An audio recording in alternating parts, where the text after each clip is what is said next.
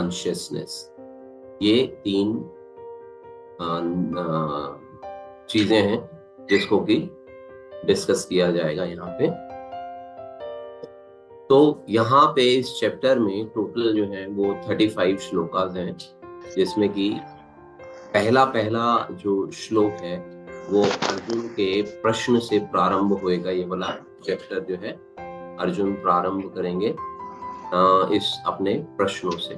फिर 2 to 7 तक कृष्ण जो है उसके प्रश्नों के उत्तर में से कुछ विषयों पर उसके उत्तर देंगे। क्षेत्र, क्षेत्रज्ञ और ज्ञानम का वर्णन करते हैं 2 to 7 में। फिर 8 to 12 में ज्ञानम, ज्ञान की प्राप्ति की क्या प्रक्रिया है ना, उसके विषय में भगवान जो है वो बताएंगे। फिर 13 to 19 में ज्ञेयम, ज्ञान का विषय क्या होता है उसके विषय में चर्चा होगी। 20 to 26 में प्रकृति, पुरुष तथा उसका संयोजन। और फिर 27 to 35 में ज्ञान चक्षु, ये किस प्रकार से ज्ञान जो है वो जीव प्राप्त कर सकता है, इसके विषय में ये चर्चा होगी।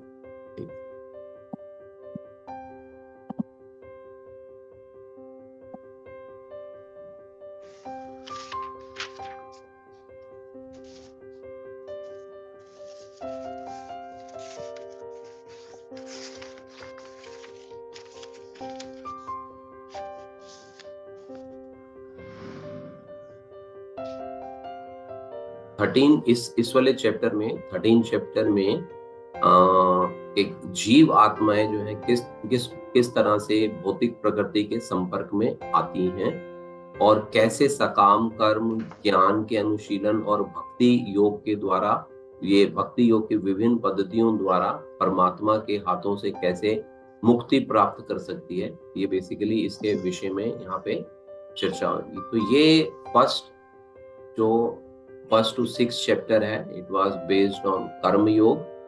और फिर 7 to 12 जो चैप्टर है दैट इज बेस्ड ऑन भक्ति योग। एंड 13 to 18 जो अभी हम प्रारंभ करने जा रहे हैं दैट इज बेस्ड ऑन ज्ञान योग। तो ये जो कर्म योग है ये भी हमारे को भक्तिमय सेवा की तरफ लेके जाता है, और जो ज्ञान योग अभी जो हम प्रारंभ करने जा रहे हैं ये भी हमारे को भक्ति योग की तरफ लेके जाता है। तो पूर्ण भगवत गीता का जो उद्देश्य है वो ये है कि जो इसका साधक है या जो रीडर है या जो इसको समझने का प्रयास कर रहा है और भगवत गीता पढ़ रहा है वो कहाँ तक पहुंचे, भक्तिमय सेवा या प्रेममय सेवा तक पहुंचे। ये इसका जो है मेन ऑब्जेक्ट है भगवत गीता का, कि ये जो 3 सब्जेक्ट मैटर्स के अंदर में इसको डिस्ट्रीब्यूट किया गया। तो एक और इसका बहुत अच्छा रीजन ये भी है कि भक्तिमय सेवा को बीच में रखा गया हुआ है कि कर्म करके भक्तिमय सेवा की ओर पहुंचे और ज्ञान अर्जित करके भक्तिमय सेवा की ओर पहुंचे। तो डेस्टिनेशन चाहे इधर से जाओ चाहे आप उधर से जाओ, डेस्टिनेशन एक ही आएगा, आपका भक्तिमय सेवा। भगवत गीता के जो पहले 6 अध्याय हैं उसमें शरीर के ज्ञाता मतलब के जीवात्मा के विषय में चर्चा की है कि वह किस प्रकार भगवान को समझ सकता है, उसका पूर्ण वर्णन जो है वो पहले 6 अध्यायों के अंदर में हुआ है।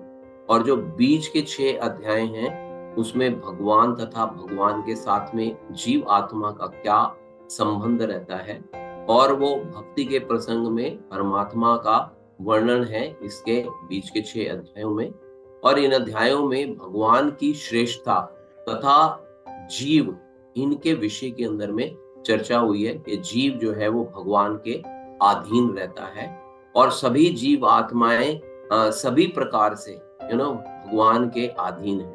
वो अधीन क्यों है, यहाँ पे क्यों आ जाती हैं इस जगत के अंदर में, क्योंकि वे अपनी विस्मृति के कारण कष्ट उठा रही हैं, क्योंकि वो भूल जाती हैं अपना जो जीवन का जो उसका उद्देश्य है उसके विषय में वो भूल जाती हैं, इसलिए जो है वो कष्ट उठाती हैं। लेकिन जब पुण्य कर्म करती है जीव आत्मा तो उसे फिर प्रकाश दिखाई देता है या प्रकाश उसको मिलता है। और वो विभिन्न अलग अलग परिस्थितियों में, जैसे कि हमने पढ़ा था 7 चैप्टर के अंदर में, आर्थ, अर्थार्थी, जिज्ञासु, ज्ञानी, इस तरह के भावों के अंदर में आकर फिर वो भगवान के पास पहुंचते हैं। इसका भी वर्णन हम देख चुके हैं, सुन चुके हुए हैं पिछले अध्यायों के अंदर में। अब 13 चैप्टर से आगे क्या व्याख्या हुई है कि किस प्रकार जीव आत्मा जो है वो प्रकृति के संपर्क में आता है और किस प्रकार अनेक विधियों के द्वारा, जैसे कर्म के द्वारा, ज्ञान के द्वारा, भक्ति के द्वारा या और विभिन्न साधनों के द्वारा कैसे परमेश्वर के पास पहुंचता है और परमेश्वर उसका उद्धार जो है वो करते हैं।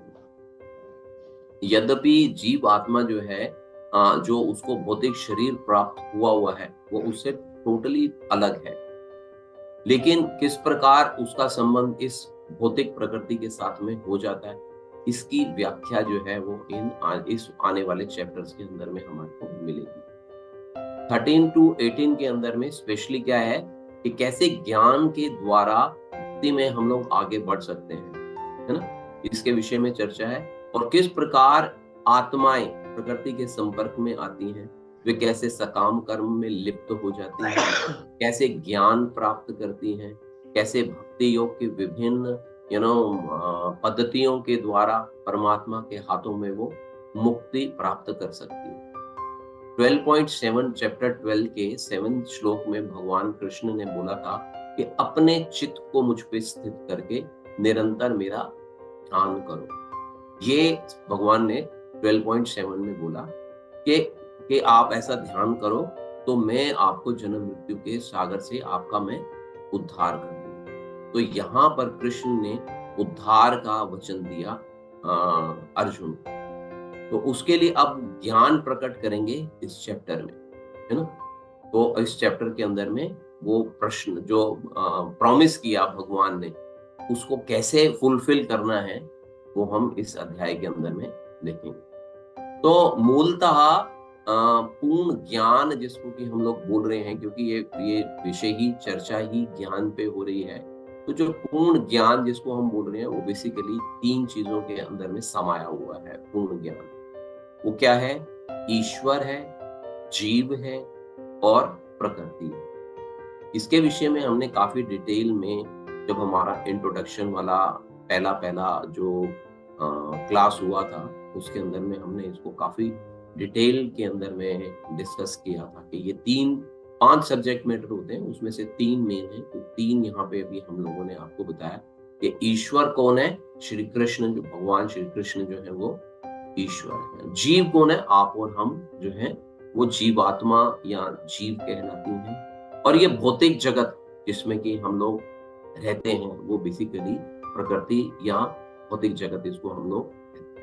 तो हमारे जो वैदिक ग्रंथ हैं उनके अनुसार जो है ना वो ब्रह्म, जिसको कि हम शब्द बोलते हैं ब्रह्म, वो 3 रूप में प्रकट होता है। एक तो वो प्रकृति के लिए, प्रकृति क्योंकि कर्म क्षेत्र के रूप में ब्रह्म है, और जीव भी ब्रह्म है जो भौतिक प्रकृति को अपने नियंत्रण में रखने का प्रयत्न करता है।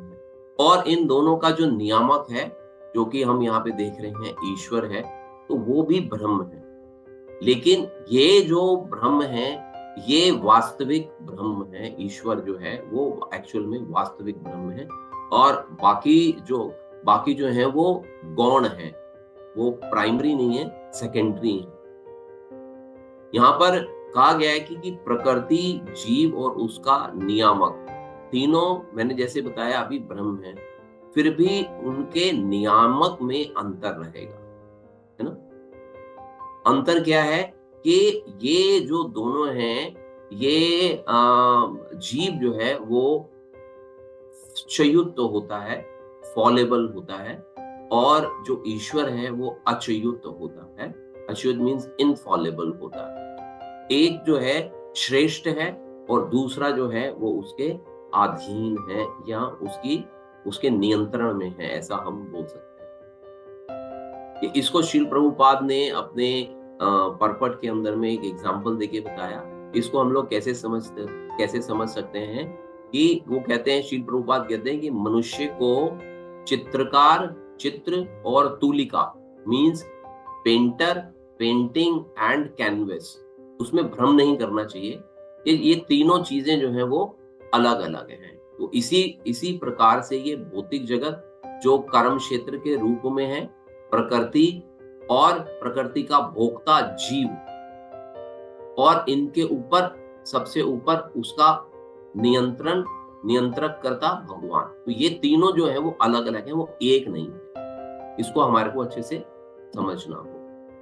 तो अब जो है 13.1 में अर्जुन जो है वो भगवान से प्रश्न करते हैं कि हे कृष्ण, मैं प्रकृति, पुरुष, भोक्ता, क्षेत्र एवं क्षेत्रज्ञ तथा ज्ञान एवं ज्ञेय के विषय में जानने का इच्छुक हूं। तो जैसा कि इस 6 अध्यायों में ज्ञान योग के विषय में चर्चा हो रही है, तो ये थोड़ा सा ये 6 अध्याय हैं वो थोड़ा सा टेक्निकल है एज कंपेयर टू जो हमने पहले अध्याय पढ़े हैं, उनसे थोड़ा सा टेक्निकल है। बट अगर हम उसको थोड़ा सा अच्छे से समझने का प्रयास करेंगे तो हमारे को बहुत इजीली जो है वो समझ में आएगा। तो अब यहाँ पे अर्जुन ने प्रश्न किया है, उस प्रश्न के अंदर में 6 चीजें जो है वो अर्जुन ने भगवान से पूछी हैं। ये अर्जुन क्या जानना चाहता है, कॉम्बिनेशन है ये, बेसिकली 3 चीजें हैं, उनका कॉम्बिनेशन है 6 चीजों में जो कन्वर्ट हुआ है। प्रकृति और पुरुष, इनका आपस में मेल रहता है, तो इसलिए प्रकृति और पुरुष के विषय में जानना चाहता है। दूसरा, क्षेत्र और क्षेत्रज्ञ के विषय में जानना चाहता है। तीसरा, ज्ञान और ज्ञेय के विषय में जानना चाहता है। तो ये 6 सब्जेक्ट मैटर जो है वो बेसिकली हो गया कि आपका नेचर हो गया, और नेचर के साथ में पुरुष हो गया इंजॉयर, फिर क्षेत्र और क्षेत्रज्ञ बॉडी हो गया and knower of the body हो गया, फिर ज्ञान और ज्ञेय नॉलेज हो गया and object of the knowledge, ये नॉलेज से आप क्या पाना चाह रहे हो। यहाँ पे जो प्रकृति है जिसके विषय में बात होगी वो फीमेल फॉर्म में है, और पुरुष जो है वो मेल फॉर्म में है। तो यहाँ पे हम सब जितनी भी जीवात्माएं हैं, इसको अभी हम आगे डिटेल में समझेंगे, वे सब प्रकृति हैं। We all are in a female form. Although हम बोलते हैं हमने आपको हम पुरुष हैं, स्त्री हैं, ये हैं, वो हैं, but we all are females, and there is only one Purusha, and that Purusha is Lord Krishna. तो यहाँ पे प्रकृति जो है, यहाँ पे जब बात करेंगे तो वो प्रकृति फीमेल फॉर्म में है और पुरुष जो है वो मेल फॉर्म में है, and that is Lord himself. तो ये 6 विषय हैं। तो अब इसके बाद में भगवान जो है इस पे चर्चा करते हैं। अब पहला प्रश्न है, प्रश्न क्या, पहला पार्ट है जो अर्जुन पूछ रहा है और भगवान जिसका उत्तर देते हैं कि क्षेत्र क्या है। हम पहले ऐसा समझते हैं, क्योंकि उसमें पहले भगवान ने क्षेत्र के विषय में, जब अर्जुन ने प्रश्न पूछे हैं तो भगवान ने पहले अब पूछा तो उसने प्रकृति और पुरुष है पहले, लेकिन पहले यहाँ पे भगवान जो है क्षेत्र और क्षेत्रज्ञ के विषय में बताते हैं, क्योंकि ये पहले जानना जरूरी है। अर्जुन के प्रश्न के अनुसार पहले भगवान को लगा कि इसका उत्तर देना आवश्यक है, तो भगवान जो है वो क्षेत्र और क्षेत्रज्ञ के विषय में बताते हैं। तो क्षेत्र क्या है बेसिकली, तो ये क्षेत्र जो है वो शरीर, जो हमारा शरीर है ना, ये जो हमारा शरीर है इसको बेसिकली क्षेत्र कहते हैं। मेरा शरीर जो है वो मेरा क्षेत्र है, आपका शरीर जो है वो आपका क्षेत्र है। इस प्रकार समस्त जीवों के शरीर उनके अपने अपने क्षेत्र हैं। फॉर एग्जाम्पल, जैसे किसान के लिए उसका खेत जो है वो एक क्षेत्र है ना, तो अकॉर्डिंगली हमारा शरीर भी जो है वो हमारे लिए एक क्षेत्र है। जैसे हम अलग अलग जगहों पे जाकर कार्य करते हैं, ऑफिस में, शॉप में, घर में, वैसे ही शरीर जो है वो आत्मा के लिए क्षेत्र है। हमारा जो शरीर है वो आत्मा के लिए एक बेसिकली एक क्षेत्र है। तो ये बात समझ में आती है आपको? हमारी बॉडी जो है दैट इज बेसिकली कॉल्ड क्षेत्र, क्योंकि ये प्लेस ऑफ एक्टिविटीज है, फील्ड ऑफ एक्टिविटीज है। फिर नेक्स्ट क्वेश्चन आता है उनका कि क्षेत्रज्ञ क्या है? तो भगवान कहते हैं कि इस शरीर को जानने वाला क्षेत्रज्ञ कहलाता है। मतलब knower of the body, knower of the body कौन है? आत्मा है हमारी। वो नोअर ऑफ द बॉडी, शरीर को जानने वाला क्षेत्रज्ञ कहलाता है। आत्मा क्षेत्रज्ञ है यहाँ पे, और यह क्षेत्र को अर्थात शरीर को जानने वाला है। यह शरीर से भिन्न है और इसका स्वामी भी है, इस शरीर का स्वामी भी है। तो इसको हम बेसिकली क्षेत्रज्ञ बोलेंगे। फिर इसको समझने का प्रयास करते हैं कि जैसे किसान अपने खेत को जानता है ना, जैसे किसान अपने खेत को जानता है, वो किसी दूसरे के खेत को नहीं जानता या दूसरे के खेत के विषय में नहीं जानता। वो जानता है कि मेरा जो खेत है वो कितना बड़ा है ना, इसमें कौन सी फसलें लग सकती हैं या कौन कौन सी फसलें लगेंगी, इसकी एंट्री कहाँ से होती है, इसका एग्जिट कहाँ है, यहाँ से मेन रोड कितनी दूर है, यहाँ से हॉस्पिटल कितनी दूर है। तो ऐसे ही आत्मा शरीर को जानता है। अब आत्मा जो है वो शरीर को जानता है कि इसमें क्या क्या हो रहा है, क्या क्या एक्टिविटीज जो है इसके अंदर में हो रही है। तो अब ये इसको क्षेत्र और क्षेत्रज्ञ मीन्स शरीर और शरीर की जो एक्टिविटीज हैं उसको जानने से पहले हम ये समझ लें थोड़ा सा कि हमारा शरीर क्या है बेसिकली, है ना। शरीर क्या है? तो शरीर बद्ध जीव के लिए ना कर्म क्षेत्र बोला गया, इसको कर्म क्षेत्र है। कर्म क्षेत्र से क्या अर्थ हुआ कि प्लेस ऑफ एक्टिविटीज, जहां पे अलग अलग कार्य जो हैं हम लोग करते हैं। अब इसको डिटेल में थोड़ा सा और जानने का हम प्रयास करते हैं वन बाय वन। यहाँ पर क्षेत्र अर्थात शरीर एक अस्थाई भौतिक वस्तु है। हमारा जो ये शरीर है ये स्थायी नहीं है, ये एक थोड़े लिमिटेड पीरियड के लिए हमारे को प्राप्त होता है। लेकिन क्षेत्रज्ञ अर्थात आत्मा जो है हमारा, है ना, दैट इज शाश्वत है, इटर्नल है और सनातन है, सदा के लिए है। ये हमारे को समझना होगा। स्वयं को शरीर मानने वाले लोग क्षेत्र को नहीं जान पाते हैं, क्योंकि वह शरीर के वास्तविक स्वभाव और उसके कार्य को जानते नहीं। ये एक बहुत बड़ी डेफिशिएंसी रहती है, लोगों को आइडिया नहीं लगता। अब शरीर क्या है बेसिकली जो हम अभी बात कर रहे हैं, तो हमारा ये जो शरीर है ये बेसिकली इंद्रियों से बना हुआ है, सेंसेस जिसको हम लोग बोलते हैं, this is made of senses. ये शरीर जो हमारा है इंद्रियों से बना हुआ है। और बद्ध जीव जो है, हम जो बद्ध जीव है वो क्या चाहते हैं? वो हम इंद्रिय तृप्ति चाहते हैं, और इंद्रिय तृप्ति को भोगने की क्षमता के अनुसार हमारे को शरीर या कर्म क्षेत्र जो है वो प्रदान किया जाता है। जैसे हमारी इच्छा होती है, जैसे हमारी हमने जो चीज एक्सपेक्ट की होती है, तो उसकी क्षमता अनुसार जो है हमारे को बॉडी जो है वो मिलती है। अब बद्ध जीव की स्थिति कैसी होती है? बद्ध जीव की स्थिति क्या है? बद्ध जीव जो है वो इस संसार में बंधा हुआ है, आजाद नहीं है, वो फ्री नहीं है, स्वतंत्र नहीं है। क्यों? क्योंकि उसका रीजन ये है क्योंकि वह भौतिक प्रकृति पर अपना प्रभुत्व जताने का प्रयत्न कर रहा है। He wants to become a controller. He wants to become a proprietor. He wants to become a enjoyer, basically. तो ये रीजन रहते हैं कि उसको शरीर की जो है वो प्राप्ति जो होती है। लेकिन बद्ध जीव को अगर हम समझे तो वो अपने शरीर से भिन्न है एक तरीके से।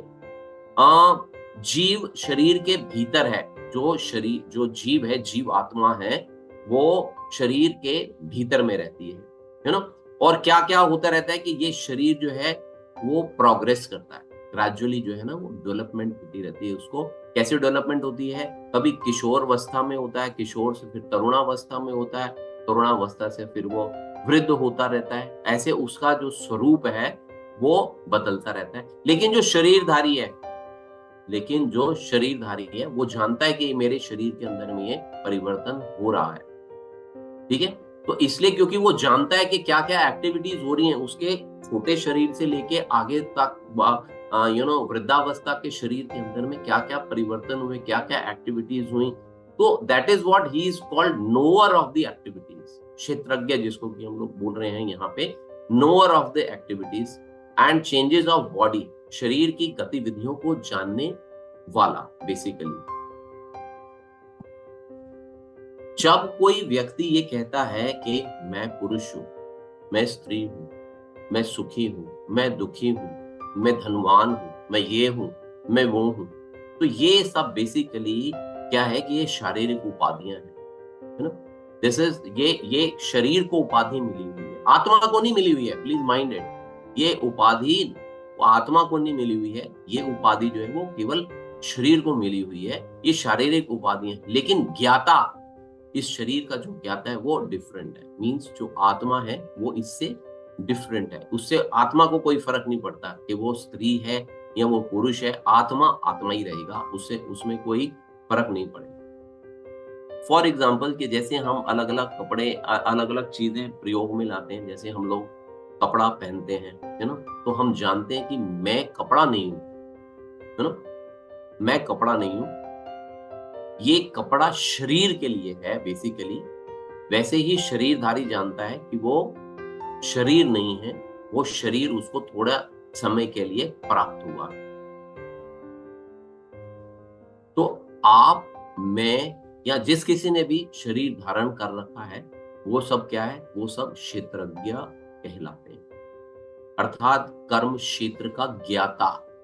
ये जो शरीर मिला ये कर्म क्षेत्र है, कर्म क्षेत्र का ज्ञाता। और यह शरीर क्या है, ये शरीर क्षेत्र हो गया। तो ये क्षेत्र और क्षेत्रज्ञ के विषय में हमारे को थोड़ा सा आइडिया लगा कि हमारी स्थिति क्या है। क्षेत्र हो गया शरीर, क्षेत्रज्ञ होगा शरीर को जानने वाला आत्मा हो गया बेसिकली। तो अर्जुन प्रश्न करता है कि क्या मैं अकेला ही इसको जानने वाला हूं? तो भगवान बोलते हैं कि नहीं, इसको मैं भी जानता हूं। तो आप अकेले ही नहीं हो शरीर को जानने वाले, मैं भी इस शरीर को जानता हूं। तो अर्जुन बोल रहे हैं कि आप भी जानते हैं, तो फिर हम दोनों के जानने में अंतर क्या हुआ? आपके जानने में और मेरे जानने में अंतर क्या हुआ? भगवान कहते हैं कि मैं समस्त शरीरों का ज्ञाता हूं, मैं समस्त शरीरों का ज्ञाता हूं, और लेकिन जो जीवात्मा है वो केवल अपने शरीर का ही ज्ञाता है, वो समस्त शरीरों का ज्ञाता नहीं है। और भगवान इसके अलावा बोलते हैं कि इस शरीर तथा इसके ज्ञाता को जान लेना ज्ञान है। इसके विषय में हम, ज्ञान के विषय में हम बाद में थोड़ी सी चर्चा करते हैं। पहले हम 13.3 को थोड़ा सा समझने का प्रयास करते हैं। 13.3 में भगवान कहते हैं कि हे भरतवंशी, तुम्हें ज्ञात होना चाहिए कि मैं समस्त शरीरों में ज्ञाता भी हूं, और इस शरीर तथा इसके ज्ञाता को जान लेना ज्ञान कहलाता है, ऐसा मेरा मत है। इसका अर्थ है कि कृष्ण भी, जैसे जीव जो है वो क्षेत्रज्ञ है, तो ऐसे कृष्ण भी जो है वो क्षेत्रज्ञ है। वो कैसे क्षेत्रज्ञ हैं? क्षेत्रज्ञ तो केवल जीत आत्मा है ना। तो अपने शरीर को जानने वाला, अब कृष्ण कहते हैं कि मैं समस्त शरीरों का ज्ञाता भी हूं। इसका अर्थ हो गया कि परमात्मा रूप में कृष्ण समस्त शरीरों में जो क्षेत्र है उस क्षेत्र को जानने वाले हैं। Basically we are local knower, and Krishna is the central और universal knower. He knows everything about everyone. तो वो क्या हो गए, वो यूनिवर्सल नोअर हो गए। और मैं क्या हो गया, मैं लोकल नोअर हो गया। मैं लोकल नोअर कैसे? मैं केवल अपने विषय में ही जानता हूं, अपने शरीर के विषय में ही जानता हूं, अपनी एक्टिविटीज के विषय में ही जानता हूं। मेरे बगल में कौन बैठा हुआ है उसकी क्या एक्टिविटीज हैं, वो क्या करता है, उसके अंदर में क्या चलता है, मेरे को उसकी एक्टिविटीज का आइडिया नहीं है। लेकिन भगवान को या कृष्ण को एज अ यूनिवर्सल नोअर, क्योंकि वो मेरे पास में भी हैं और दूसरे के पास में भी हैं, वो सबके पास में है, तो वो मेरे को भी जानते हैं, मेरे विषय में भी जानते हैं और दूसरे के विषय में भी जानते हैं। हमारा ये जो शरीर है वो बेसिकली इंद्रियों से युक्त है, और कृष्ण जो है वो क्या बोलते हैं उनको, हम ऋषिकेश बोलते हैं, जो समस्त शरीरों की इंद्रियों के नियामक हैं, कंट्रोलर हैं। इसका अर्थ यह हुआ कि शरीर एक है और शरीर के क्षेत्रज्ञ जो हैं या नोअर ऑफ द बॉडी जो है, they are basically two. There are two knowers of this body. One is myself. I know about myself. And the second knower is the Lord और परमात्मा, जिसको कि हम लोग बोलते हैं। तो हमारी बॉडी के अंदर में दो नोअर होते हैं, एक सेल्फ, माई सेल्फ, या जो व्यक्ति स्वयं होता है, और दूसरा नोअर होता है परमात्मा, जिसको कि हम लोग बोलते हैं।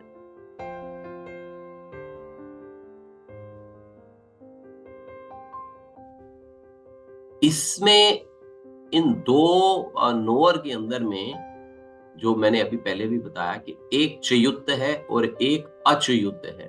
चयुक्त का अर्थ हुआ फॉलेबल, जो गिर जाता है, जिसका पतन हो जाता है, और दूसरा है जो कि परमात्मा है, जो कि अचयुत है, which is who is infallible, जिसका कि कभी पतन नहीं हो पाता या नहीं हो सकता।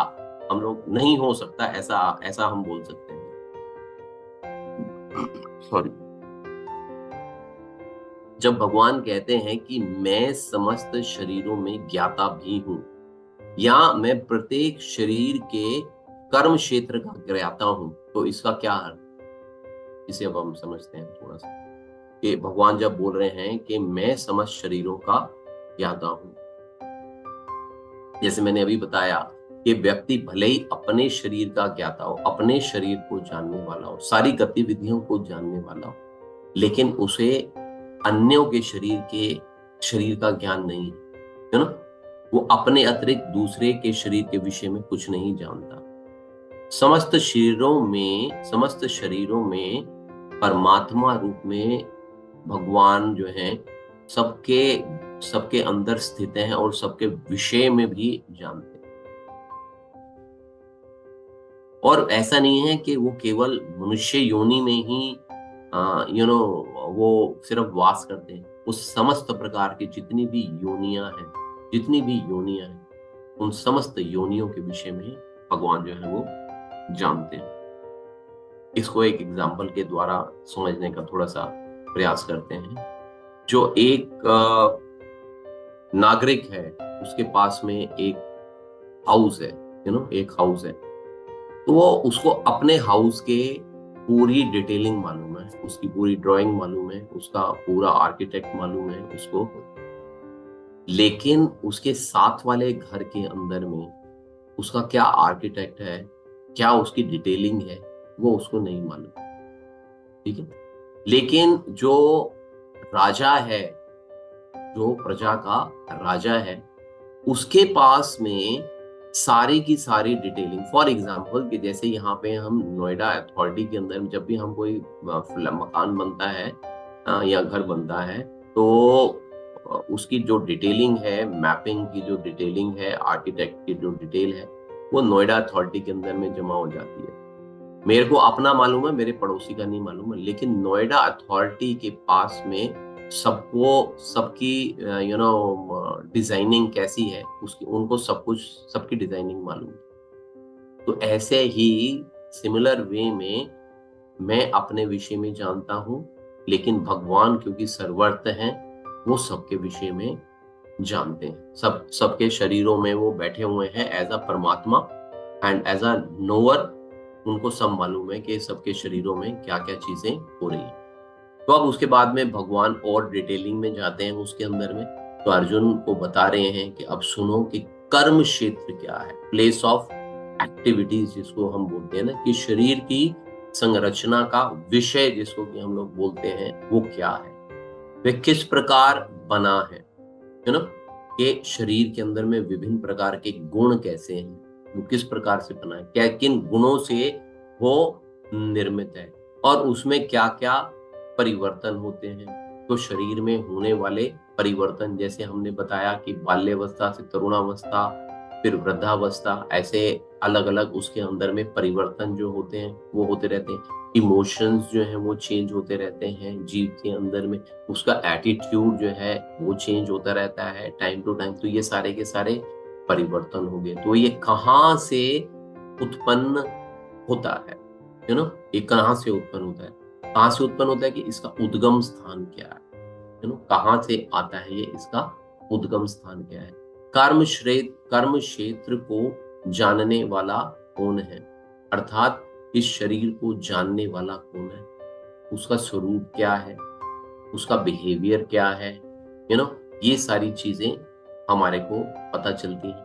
फिर उसका प्रभाव क्या है, हम्म, प्रभाव इन द सेंस के जो शरीर को जानने वाला है उसकी शक्तियां क्या है, उसके पास क्या क्या, यू नो, पावर्स है, एनर्जीज कौन कौन सी।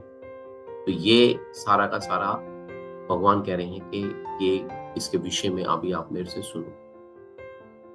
तो अर्जुन को जिज्ञासा होती है, तो अर्जुन उनसे पूछता है, मुझे इसका विस्तृत वर्णन कहाँ मिल सकता है भगवान, जो चीजें आप बता रहे हो ये तो आपने छोटा छोटा सा बता दिया, एक एक वर्ड के अंदर में, एक एक लाइन के अंदर में आपने बता दी, but I want detail description. तो ये मेरे को कहाँ पे, यू नो, कहाँ पे प्राप्त हो पाएगी।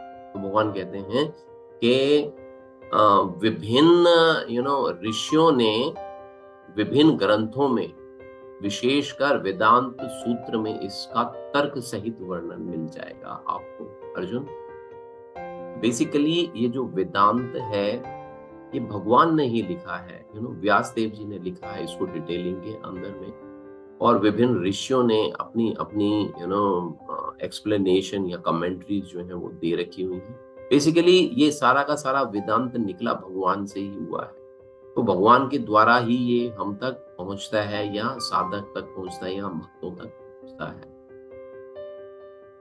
तो भगवान को अर्जुन फिर बोलता है, आप मुझे कम से कम इसका छोटा मोटा कुछ डिटेलिंग तो कुछ तो बताओ मेरे को इसके विषय में।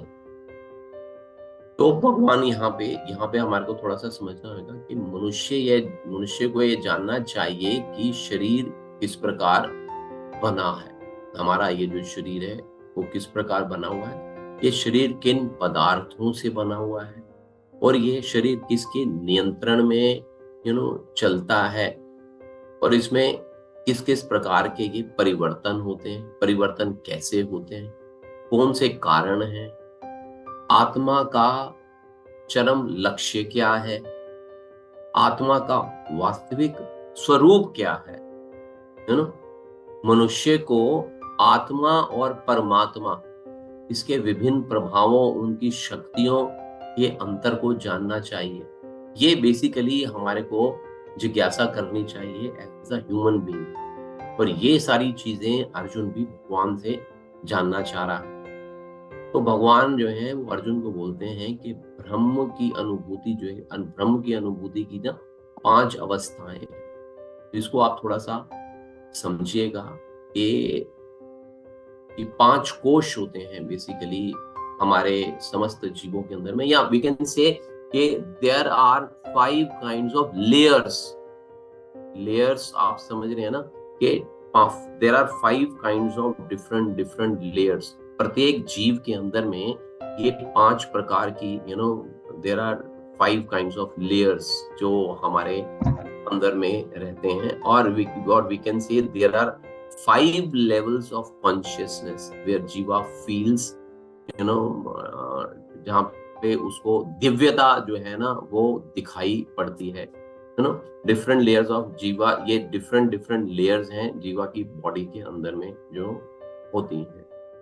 तो इसको हम लोग कैसे थोड़ा सा समझ सकते हैं कि ब्रह्म या परम सत्य की अनुभूति की 5 अवस्थाएं होती हैं।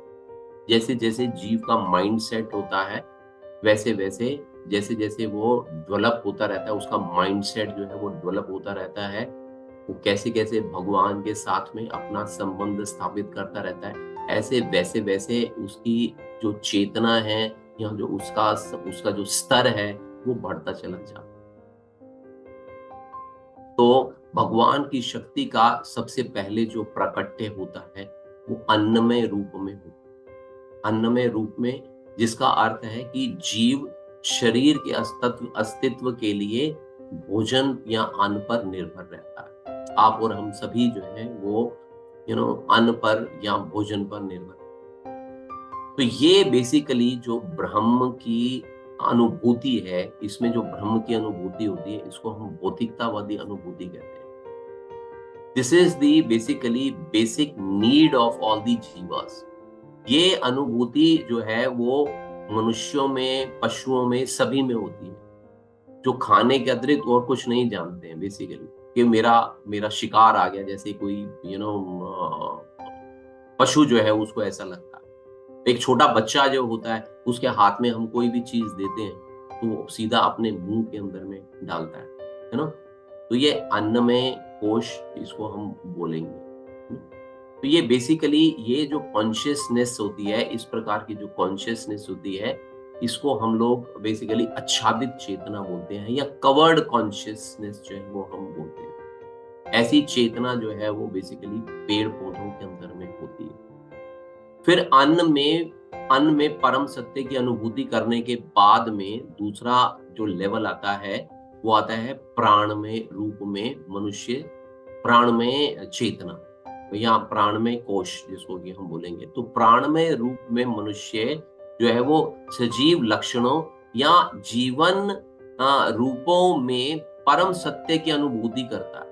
सुनो, परम सत्य की अनुभूति करता है। कैसे अनुभूति करता है? कि मैं एक जीवित व्यक्ति हूँ। प्राण है ना, उसके अंदर में प्राण आते हैं उसके अंदर में, तो समझ में आता है कि ये मेरे प्राण है, तो मैं एक जीवित व्यक्ति हूँ, मुझ में प्राण है ना, मुझ में फीलिंग्स हैं, मुझ में इमोशंस हैं, है ना।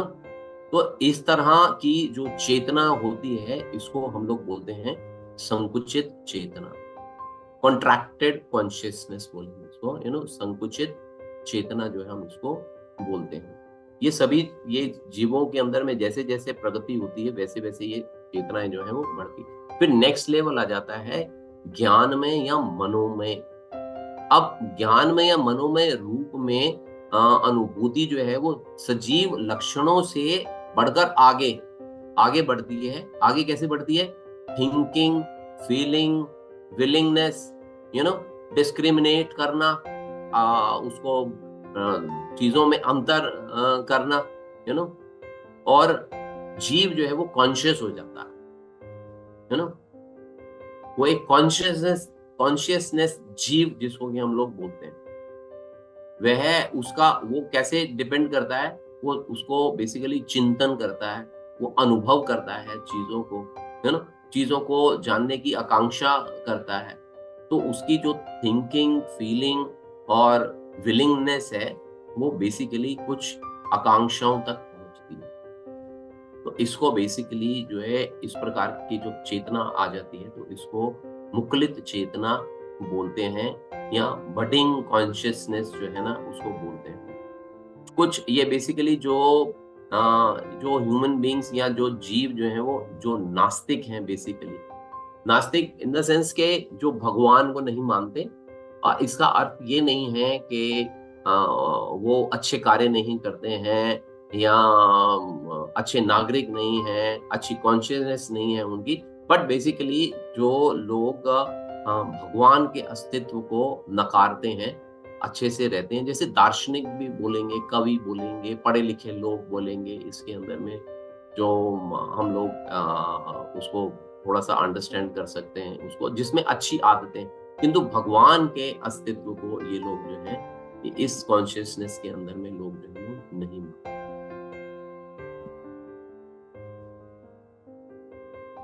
नेक्स्ट लेवल की जो कॉन्शियसनेस आ जाती है विज्ञान में। अब ब्रह्म की उच्चतर, इसमें जब ब्रह्म की उच्चतर अनुभूति होती है जिसे विज्ञानमय रूप कहा जाता है, जिससे जीव के मन, जीवन के लक्षणों को जीव से भिन्न समझा जाता है।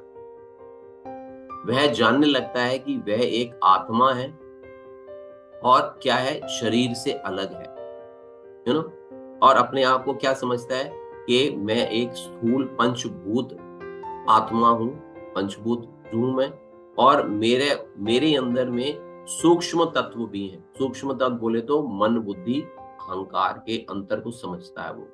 स्थूल शरीर, और यहाँ दूसरा ब्रॉडली देखें तो स्थूल शरीर और सूक्ष्म शरीर के अंतर को जब वो समझने लगता है कि मैं अन्य जीवों से अलग, you know, every individual human being is different. Every human being has got their own individual identity.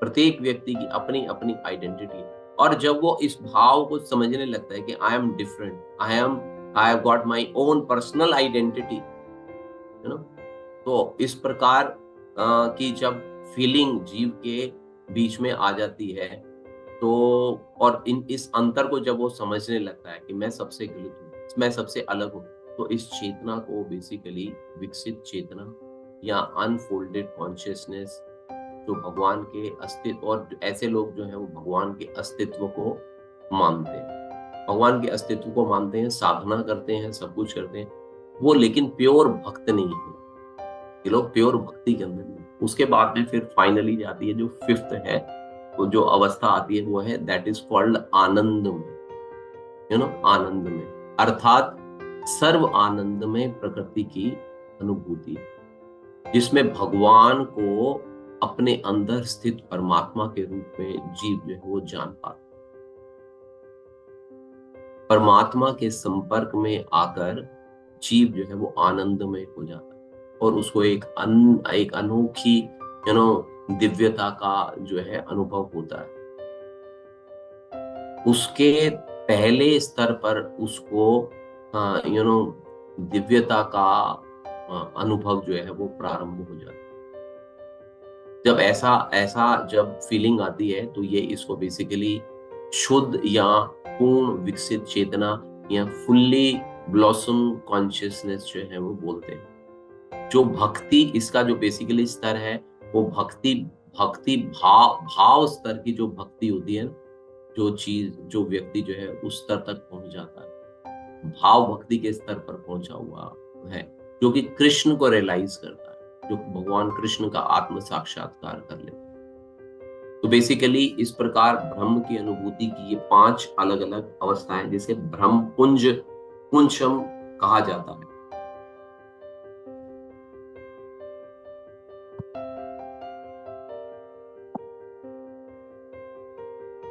ये थोड़ा सा डिफिकल्ट है अंडरस्टैंड करने के पॉइंट ऑफ व्यू से, लेकिन चूंकि this is the part of the chapter तो इसको हमने लिया है।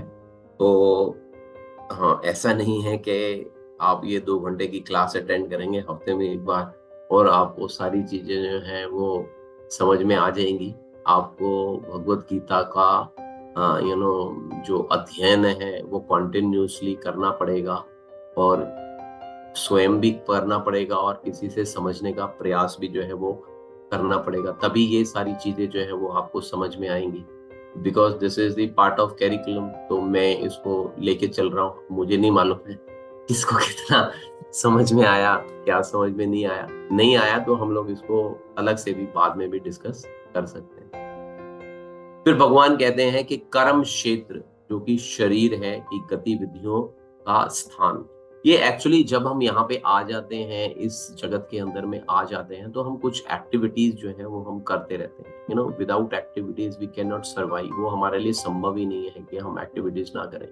तो ये जो कर्म क्षेत्र है, इसका गठन करने वाले 24 एलिमेंट्स होते हैं, 24 तत्व होते हैं। अगर आप अपने जीवन में भी देखेंगे ना, इसको प्रैक्टिकल वे में अगर आप इसको देखेंगे, तो ये 24 तत्व ही हैं जो इस ब्रह्मांड के अंदर में या इस जगत के अंदर में है, और इन 24 तत्वों का ही कॉम्बिनेशन है सब कुछ।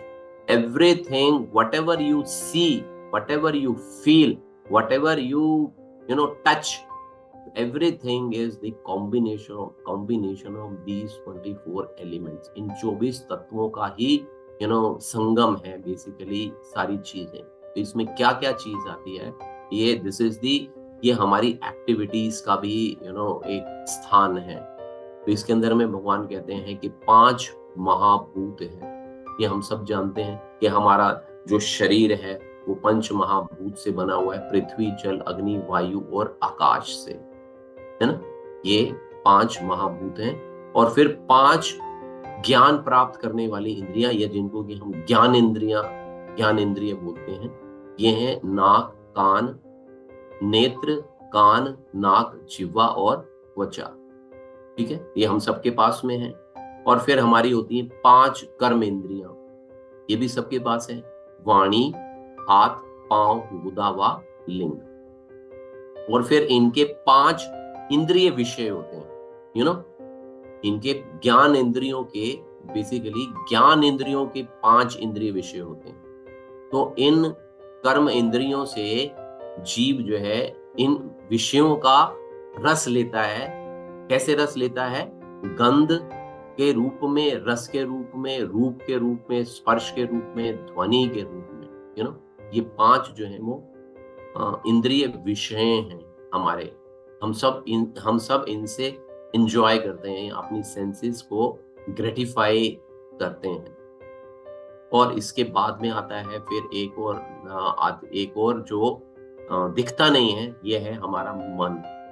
और क्या दिखता नहीं है? बुद्धि। और क्या दिखता नहीं है? हमारा अहंकार। और फिर प्रधान बोलते हैं, 24th एलिमेंट जो है उसको प्रधान बोलते हैं। प्रधान, व्हाट इज प्रधान? भौतिक प्रकृति के 3 गुण जो होते हैं, सत्वगुण, रजोगुण और तमोगुण। जब वो इनएक्टिव फॉर्म में होते हैं, तब उसे प्रधान कहा जाता है। और जब वो एक्टिव हो जाते हैं तो वो महत्त्व कहलाता है। वो खैर डिटेलिंग का विषय हो जाएगा। तो यहाँ पे अभी आप यही सोचिए कि 24 ये एलिमेंट्स हो गए मिलके। तो 5 महाभूत, 5 ज्ञान इंद्रियां, 10 5 कर्म इंद्रियां, 15 5 इंद्रिय विषय, 20 मन, 21 बुद्धि, 22 मिथ्या अहंकार, 23 और प्रधान, ये हो गया 24। इसके अलावा भी हमारे अंदर में क्या क्या रहता है? हमारे अंदर में इच्छा है, द्वेष है, सुख दुख है, संघात है, जीवन के लक्षण हैं, धैर्य है। ये सारी चीजें जो हैं ये हमारे अंदर में रहती हैं। और इसके अलावा भी कुछ चीजें हैं,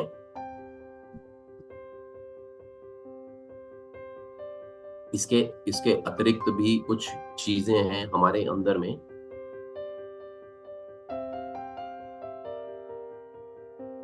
जैसे कि दृढ़ संकल्प, अनिश्चितता, विश्वास, विश्वासहीनता, दृढ़ता की कमी, विनम्रता, भय।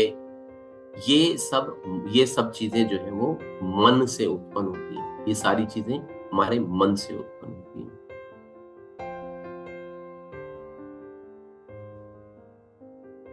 अब अगर हम अहंकार देखेंगे तो अहंकार भी दो प्रकार का होता है हमारे अंदर में। एक मिथ्या अहंकार होता है, सेंस ऑफ आइडेंटिटी, ठीक है ना, sense of self identity basically मिथ्या अहंकार। अपने को बेसिकली शरीर से संबंधित करना कि मैं पुरुष हूँ, ये मेरी पत्नी है, ये मेरा घर है, मैं मालिक हूँ। ये बेसिकली मिथ्या अहंकार हो गया। और एक होता है हमारा आध्यात्मिक अहंकार। आध्यात्मिक अहंकार में क्या आ जाएगा हमारा, कि मैं शरीर नहीं हूं, मैं आत्मा हूं, मुझे शरीर प्रदान किया गया है सेवा हेतु, मैं भगवान का नित्य दास हूं। ये भी एक प्रकार का अहंकार है, बट ये आध्यात्मिक अहंकार है। This is a good kind of ego. तो और हमारे अंदर में जो बुद्धि होती है, the buddhi has got the power to discriminate कि क्या सही है क्या गलत है। तो ये बेसिकली ये सारे एलिमेंट्स हैं जो हमारे बॉडी के अंदर में रहते हैं, हमारे कर्म क्षेत्र। ये basically this is our body is the place of activities, different activities and the place of work, जिसमें कि ये 24 एलिमेंट्स जो हैं वो हमारे साथ में रहते हैं। और इन्हीं के अनुसार जो है हम सारे कार्य करते हैं। और बाकी का यहाँ पे जगत में भी जो कार्य होते हैं इन एलिमेंट्स की हिसाब से ही होते हैं।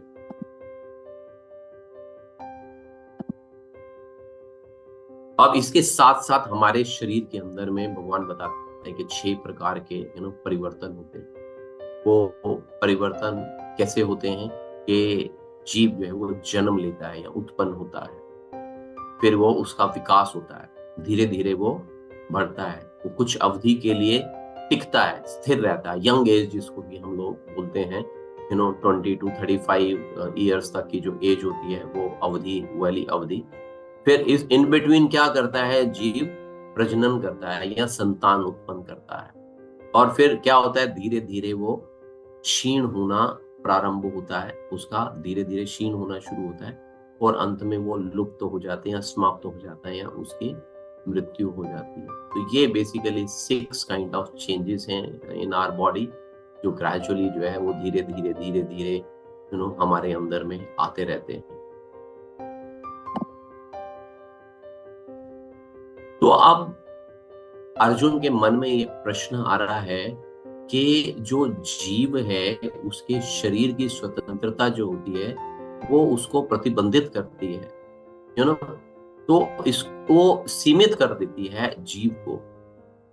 तो उस सीमा को कैसे पार किया जाए? तो भगवान कहते हैं कि उस सीमा को पार करने के लिए आपको ज्ञान की आवश्यकता होगी। ज्ञान के द्वारा जो है आप इसको पार कर सकते हो। लेकिन ज्ञान प्राप्त कैसे करें? ज्ञान जो है वो प्राप्त कैसे करें? तो भगवान बताते हैं कि यहाँ पे भगवान ने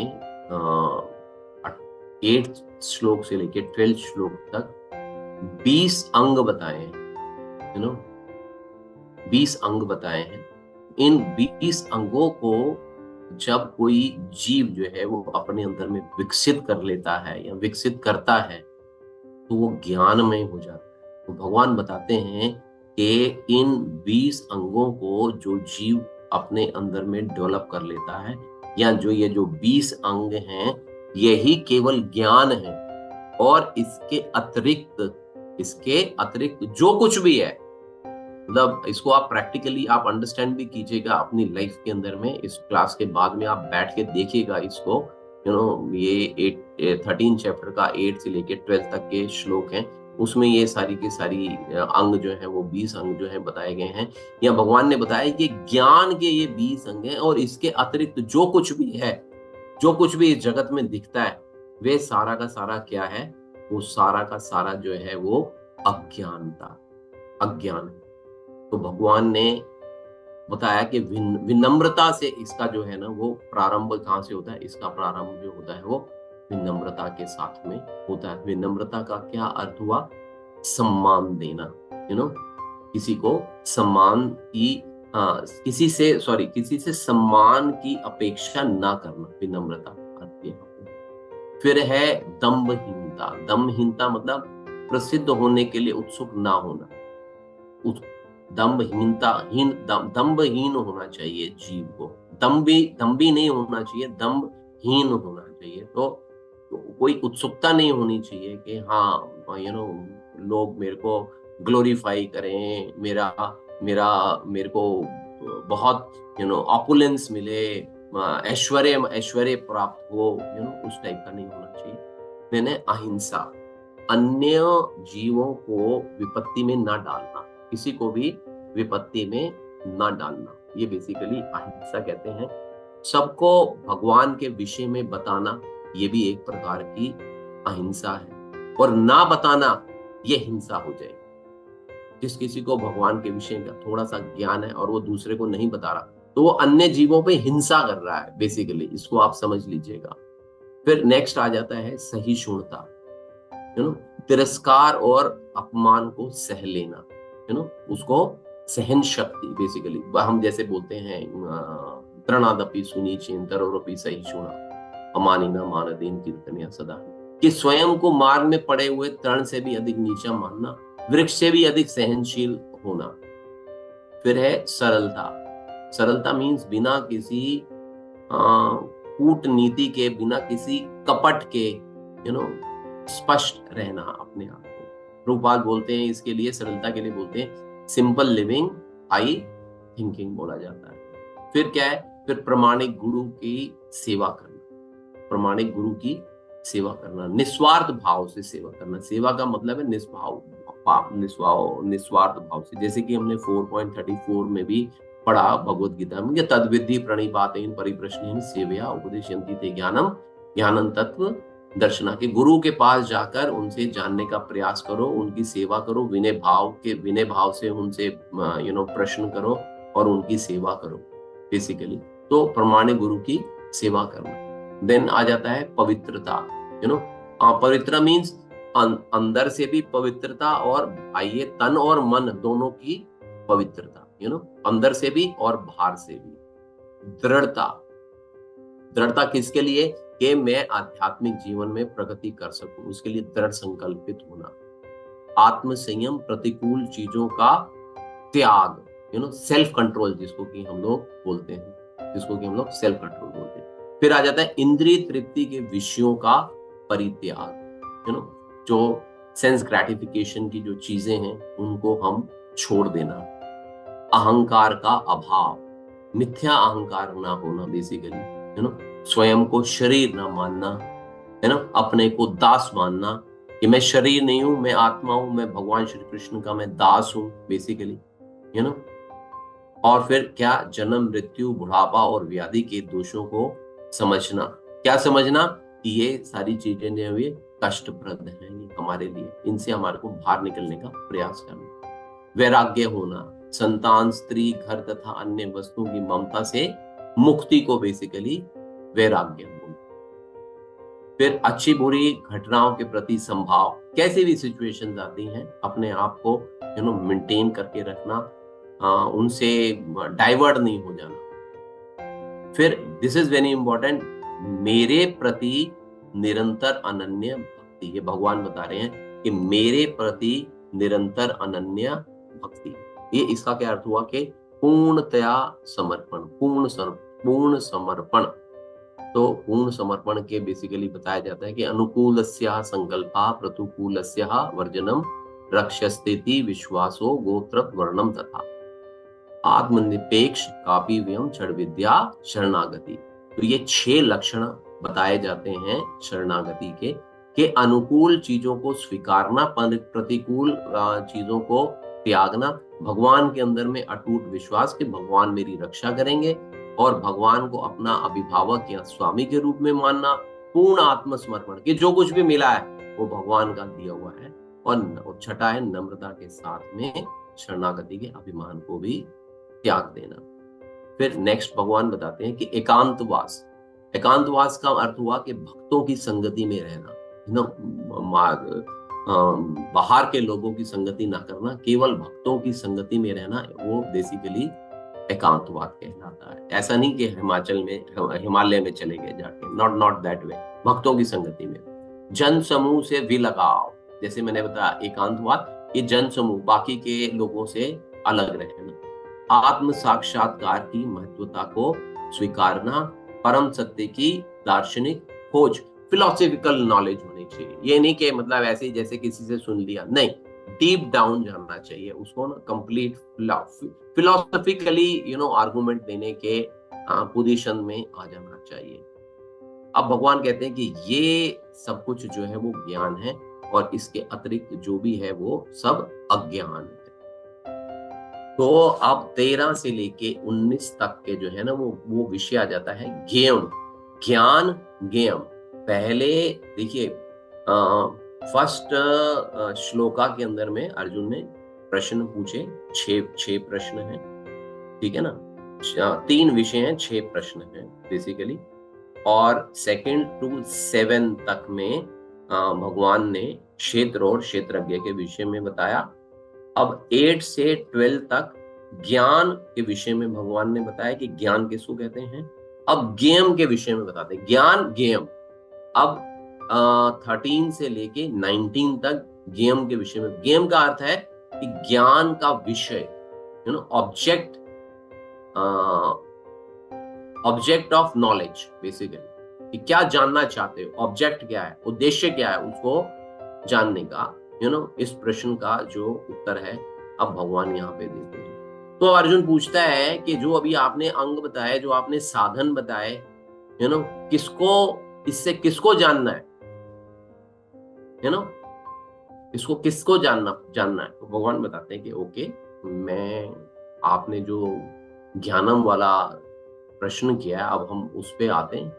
तो बेसिकली ज्ञान के जो विषय हैं या जो वस्तुएं हैं, विषय वस्तु है बेसिकली, वो दो हैं। वो क्या क्या चीज हैं? पहला है आत्मा, आत्मा ब्रह्म, ब्रह्म आत्मा जिसको बोलते हैं, और दूसरा है परमात्मा, ब्रह्म परमात्मा।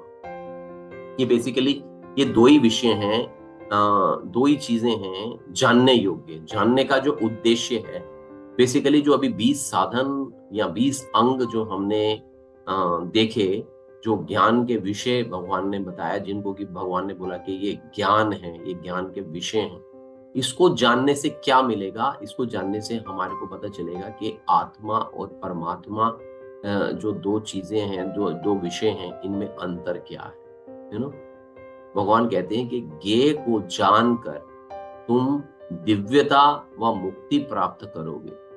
इनको जानकर तुम दिव्यता और मुक्ति प्राप्त करोगे। ब्रह्म जीवात्मा क्या है?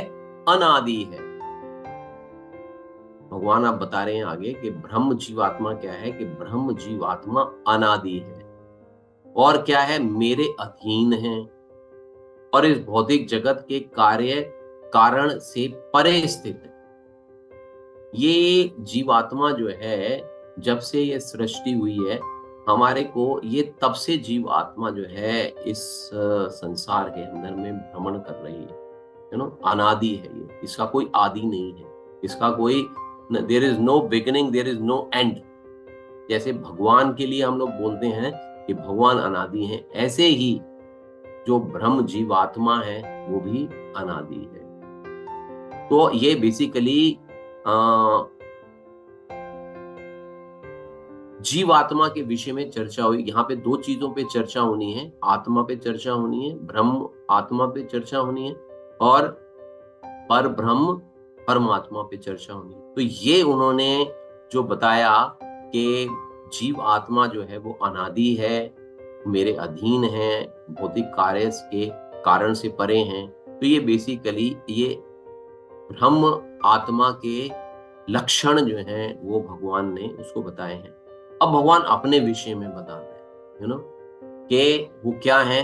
वे सर्वर्थ और सर्वव्यापक है। अब परमात्मा के विषय में चर्चा हो रही है। पहले आत्मा के विषय में चर्चा हुई और अब जो है वो परमात्मा के विषय में चर्चा हो रही है। परमात्मा क्या है? कि परमात्मा जो है वो सर्वर्थ है और सर्वव्यापक है, सब जगह पे है। सर्वर्थ का क्या मतलब हुआ? वो सभी जगह पे उपस्थित है। ऐसा कोई स्थान नहीं है कि जहां पे भगवान या परमात्मा जो है वो उपस्थित ना हो। जैसे कि अभी हमने एक एग्जाम्पल को कोट किया था आपको कि जैसे किसान का कोई खेत है तो उसको केवल अपने खेत के विषय में ही मालूम है, दूसरे के खेतों के विषय में या किसी दूसरे राज्य के खेतों में क्या हो रहा है उसके विषय में उसको कोई जानकारी नहीं हो। लेकिन भगवान क्या है? वो सर्वर्थ है। जैसे एक राजा होता है, राजा के the king has got so many informers, उसके बहुत सारे इन्फॉर्मर्स होते हैं जो उसको जगह जगह से ना इंफॉर्मेशन लेके आते हैं और उसको पूरा का पूरा राज्य की या उसके देश की उसके पास पूरी जानकारी रहती है ना, सारी जानकारी रहती है। लेकिन यहाँ पे क्या है कि जो किसान को केवल अपने खेत के विषय में मालूम है, दूसरों के खेतों के विषय में नहीं मालूम। Khet means this body, khet means this body, he knows about only this body.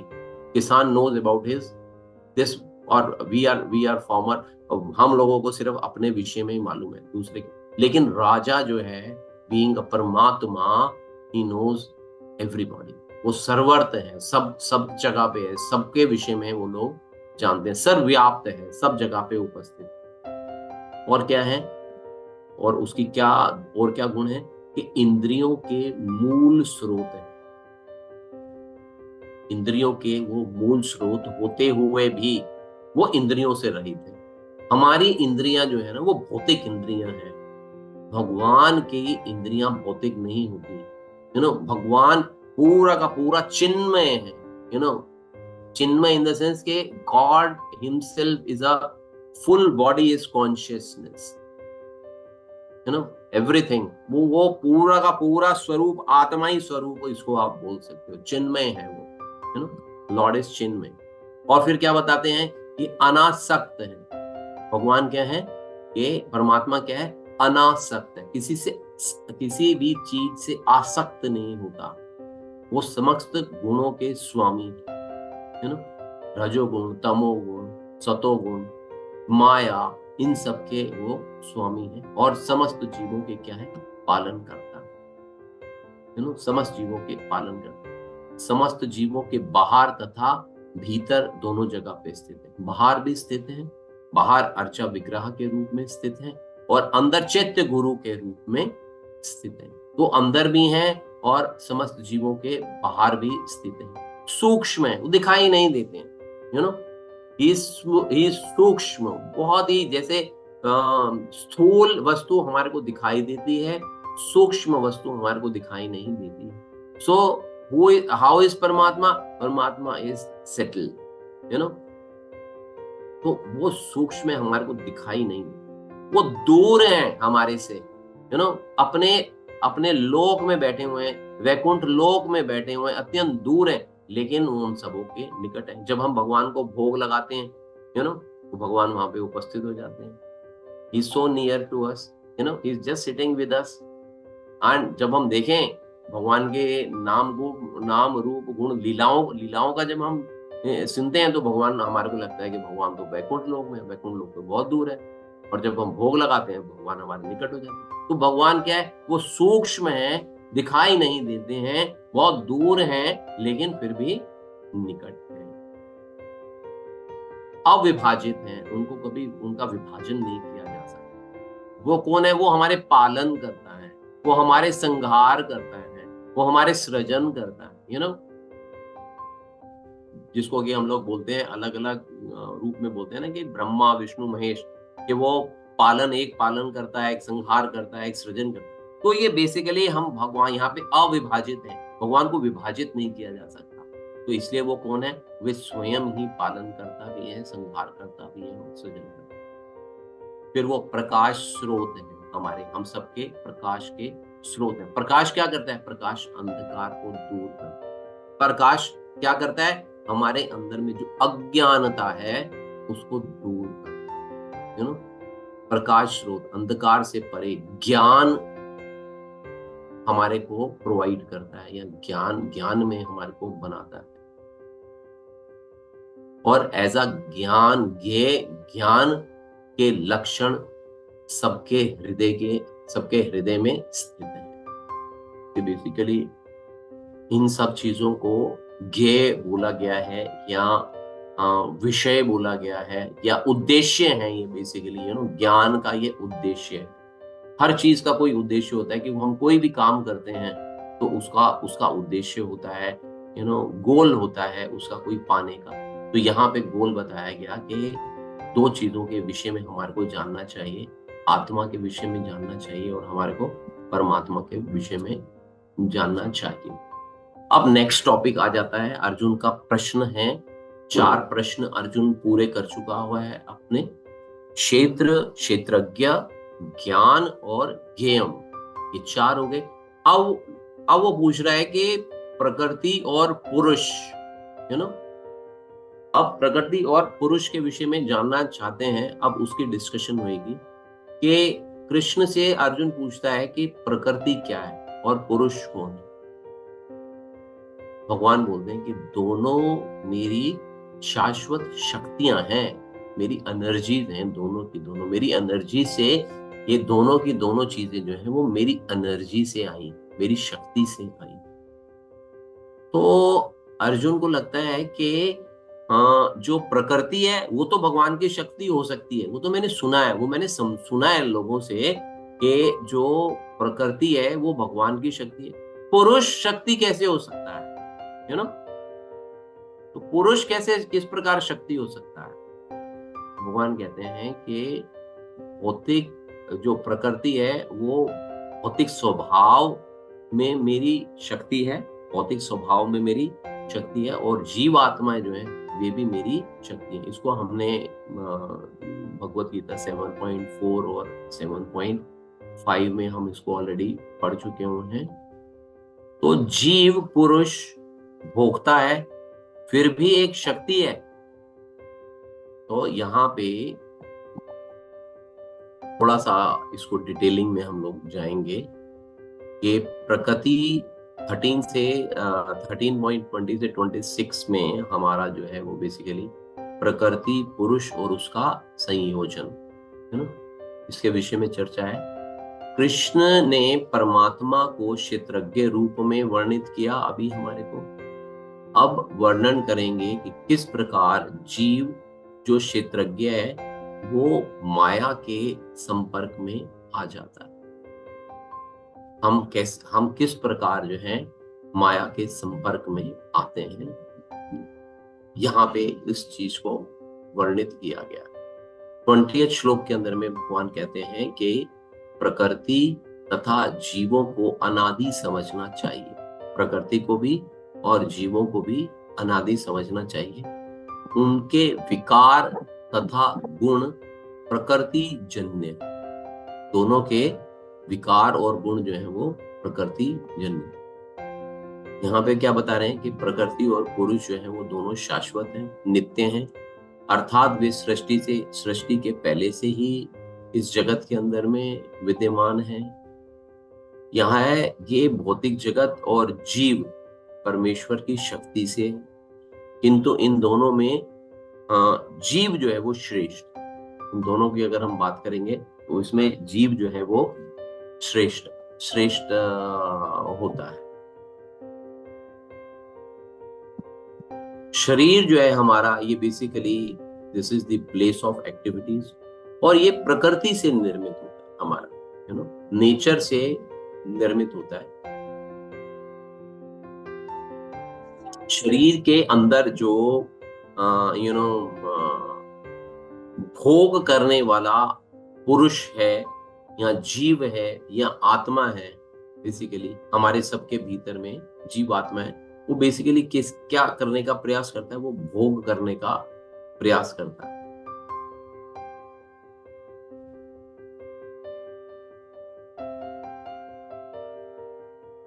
जैसे हम अभी ऑलरेडी बात कर चुके हैं कि हमारे अंदर में दो ज्ञाता रहते हैं, दो क्षेत्रज्ञ रहते हैं। एक क्षेत्रज्ञ आत्मा है और दूसरा क्षेत्रज्ञ जो है वो परमात्मा है। चूंकि जीव जो है वो बद्ध है, वो परमेश्वर बद्ध क्यों होता है? वो बेसिकली बद्ध इसलिए होता है कि वो परमेश्वर की सेवा करने में वो बेसिकली विमुखता दिखाता है, यू नो, इरिटेट हो जाता है। वो सेवा करना नहीं चाह रहा बेसिकली भगवान की, यू नो, तो इसलिए उसको इस जगत में रहना पड़ रहा है। वो वैकुंठ में नहीं जा सकता, वैकुंठ में उसको प्रवेश नहीं मिल रहा। लेकिन जब हम सुनते हैं कि प्रकृति जो है वो एक काल के बाद में समाप्त हो जाती है, जब वो काल के बाद में समाप्त हो जाती है तो जीव आत्मा जो है वो रेस्ट करती है ना, वो भगवान के अंदर वो रेस्ट करती है। और फिर जब प्रकृति दोबारा से आती है या उसका प्रकट्य मैनिफेस्ट होती है, वो दोबारा से मैनिफेस्ट होती है, तो वो फिर से जीव आत्माएं जो हैं वो यहाँ पे आ जाती हैं। और कैसे आती हैं? जो उनके मन के अंदर में इच्छाएं थी या जो उसके अंदर में जो डिजायर्स थी, उन डिजायर्स को लेके आती है ना, और उसके अकॉर्डिंगली जो है वो फिर उनको शरीर जो है वो प्राप्त हो जाता है।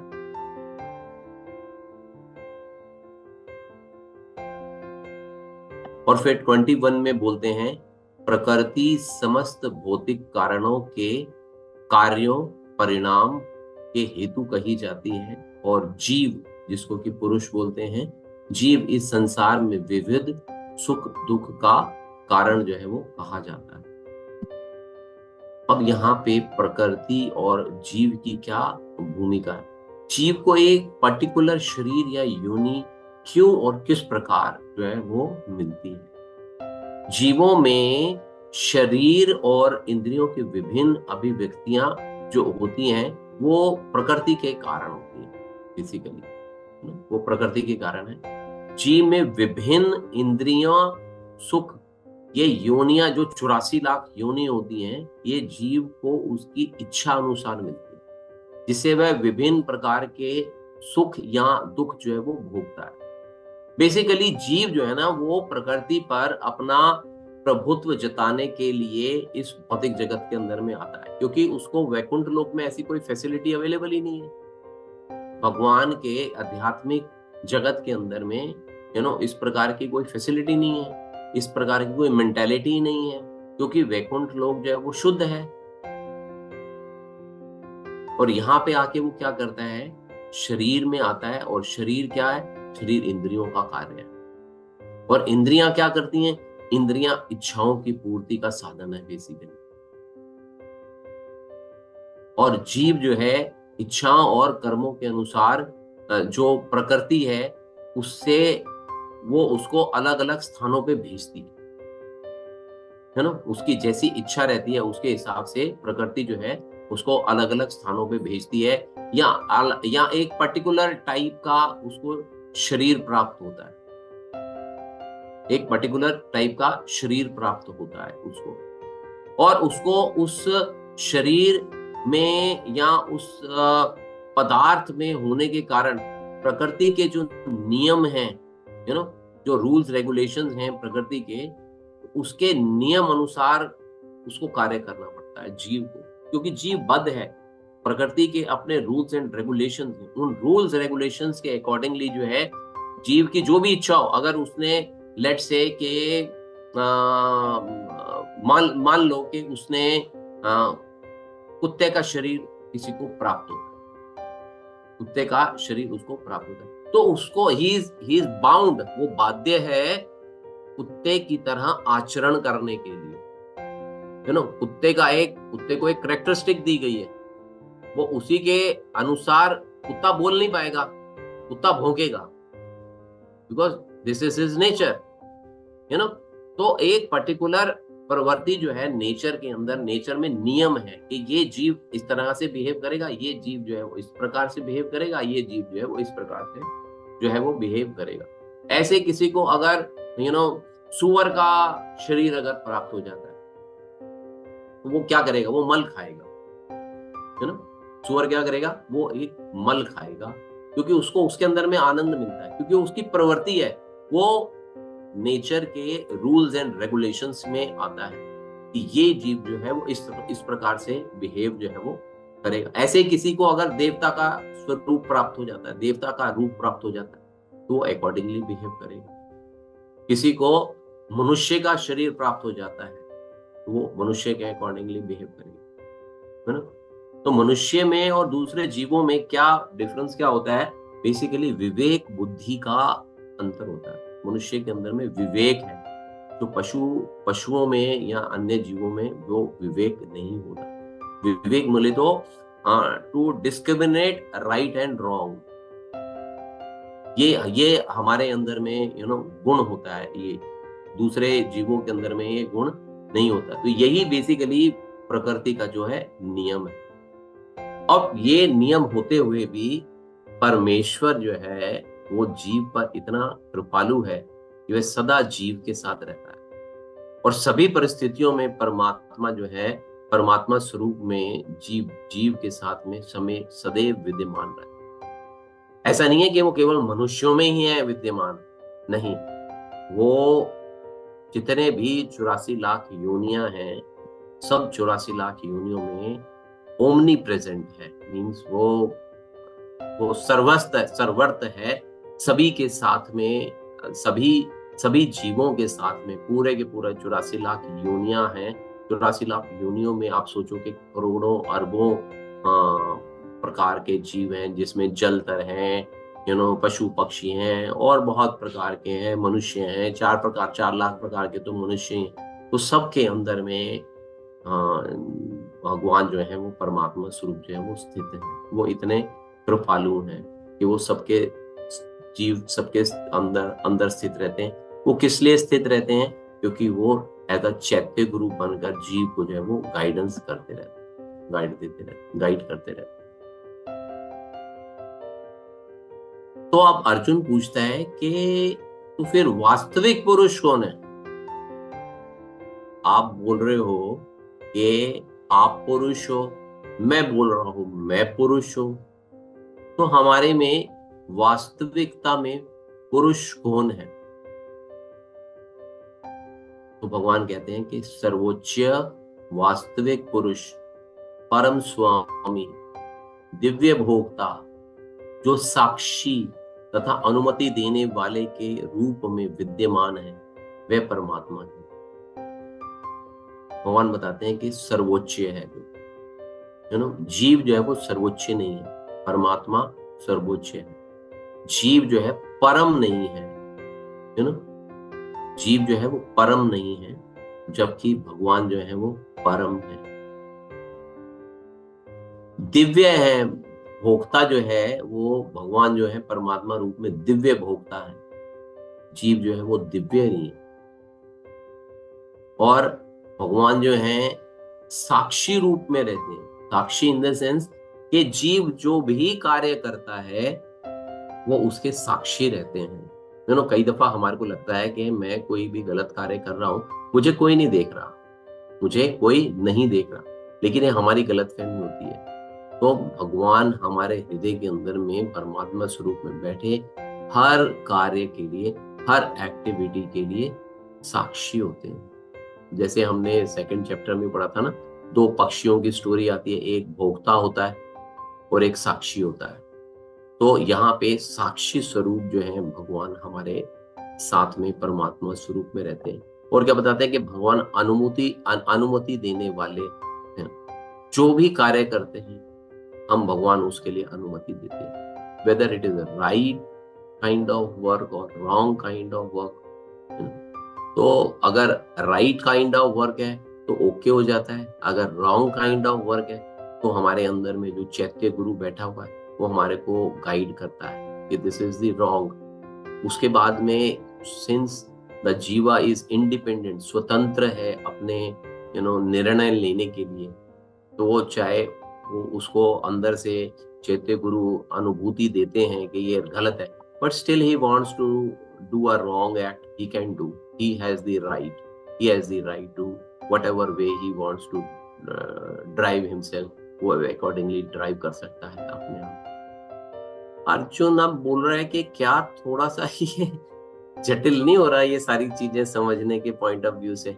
ना हमारे लिए भी जटिल हो सकती है, तो आप समझ सकते हैं कि अर्जुन को भी यहाँ पे जो है वो थोड़ा सा जटिल लग रहा है। तो भगवान उसको बोलते हैं कि जो प्रकृति जीव प्रकृति के गुणों की अंतः क्रिया से संबंधित इस विचारधारा को समझता है, उसे मुक्ति मिलना निश्चित है। भगवान कहते हैं कि जो प्रकृति को, पुरुष को, ज्ञेय और ज्ञानम को जो चीज समझ लेता है ना, जो जीव जो है वो समझ लेता है, तो वो ही कैन बी लिबरेटेड, वो मुक्त हो सकता है, वो जीव जो है वो मुक्त हो सकता है।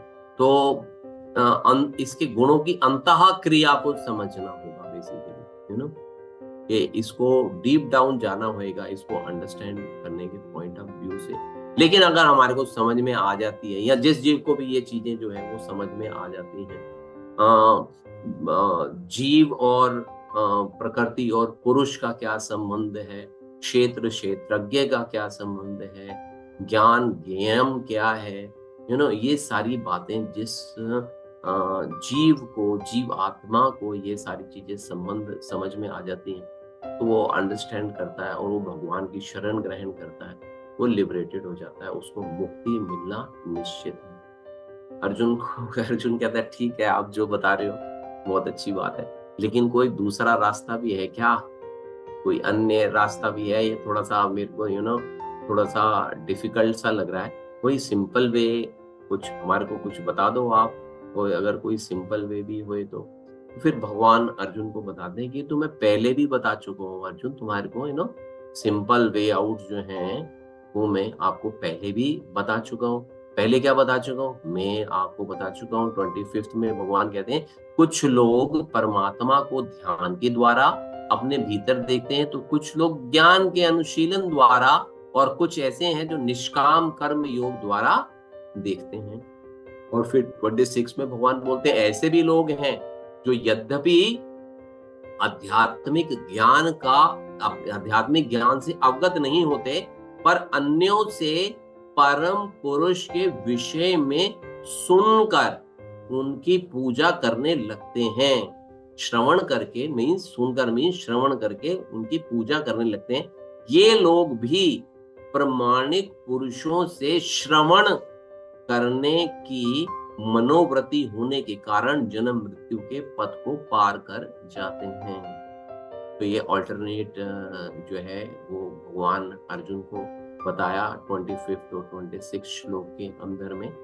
जो 26 श्लोक है इसको मैं दोबारा पढ़ता हूँ। ऐसे भी लोग हैं जो यद्यपि आध्यात्मिक ज्ञान से अवगत नहीं होते, हमारे जैसे लोग, आज के युग के लोग, आज का जो प्रेजेंट सिनेरियो जो अभी चल रहा है उस युग के लोग आध्यात्मिक ज्ञान से अवगत नहीं है। हम लोग, हमारे को कोई शिक्षा नहीं दी जाती, ना हमारे स्कूल्स में, ना हमारे कॉलेजेस में, ना हमारे पेरेंट्स ही हमारे को इतनी डिटेलिंग में आध्यात्मिकता के विषय में ज्ञान देते हैं, ना हमारे सोसाइटी के अंदर में कोई ऐसी फैसिलिटी हमारे को उपलब्ध है।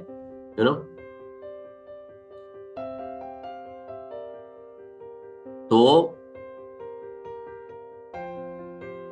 आध्यात्मिक ज्ञान से अवगत नहीं होते, पर अन्यों से परम पुरुष के विषय में सुनकर उनकी पूजा करने लगते हैं। मंदिर में आ गया, गलती से ना जीव जो है मंदिर में आ गया, मंदिर में क्लास चल रही थी, क्लास सुनने के लिए बैठ गया, बैठ के सुना तो भगवान के विषय में सुना, उसको सुनकर अच्छा लगा और उसने उसको फॉलो करना जो है वो शुरू कर दिया।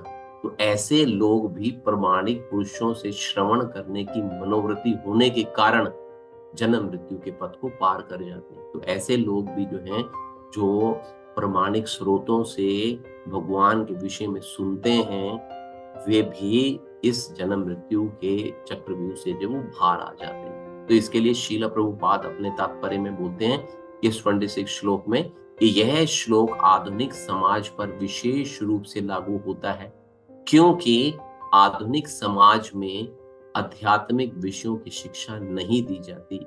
कुछ लोग नास्तिक प्रतीत होते हैं तो कुछ अजयवादी तथा दार्शनिक, लेकिन वास्तव में इन्हें दर्शन का कोई ज्ञान नहीं होता। दर्शन का ज्ञान नहीं होता means they doesn't know anything about the philosophy। उनको फिलोसॉफिकल नॉलेज नहीं है।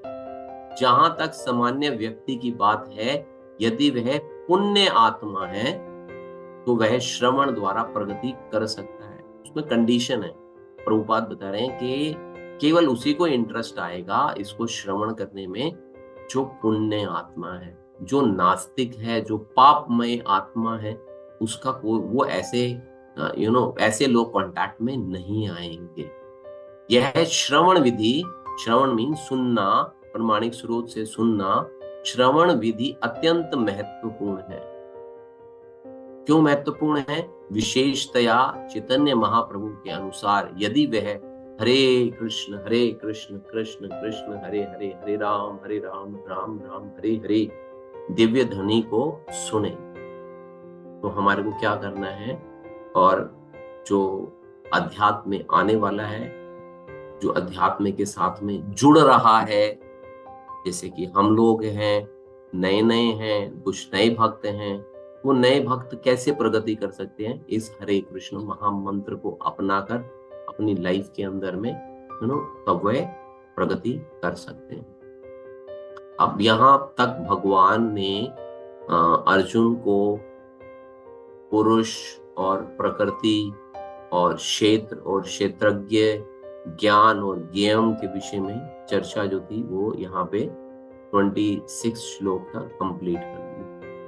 अब ज्ञान चक्षु या ज्ञान की दूरदर्शिता के विषय में भगवान जो है एक स्पेशल, जिसको कि हम बोल सकते हैं कि ना कॉम्प्लीमेंट्री गिफ्ट, एक छोटा सा कॉम्प्लीमेंट्री गिफ्ट जो है भगवान हम लोगों के लिए इस अध्याय के अंदर में अब देने के लिए जा रहे हैं।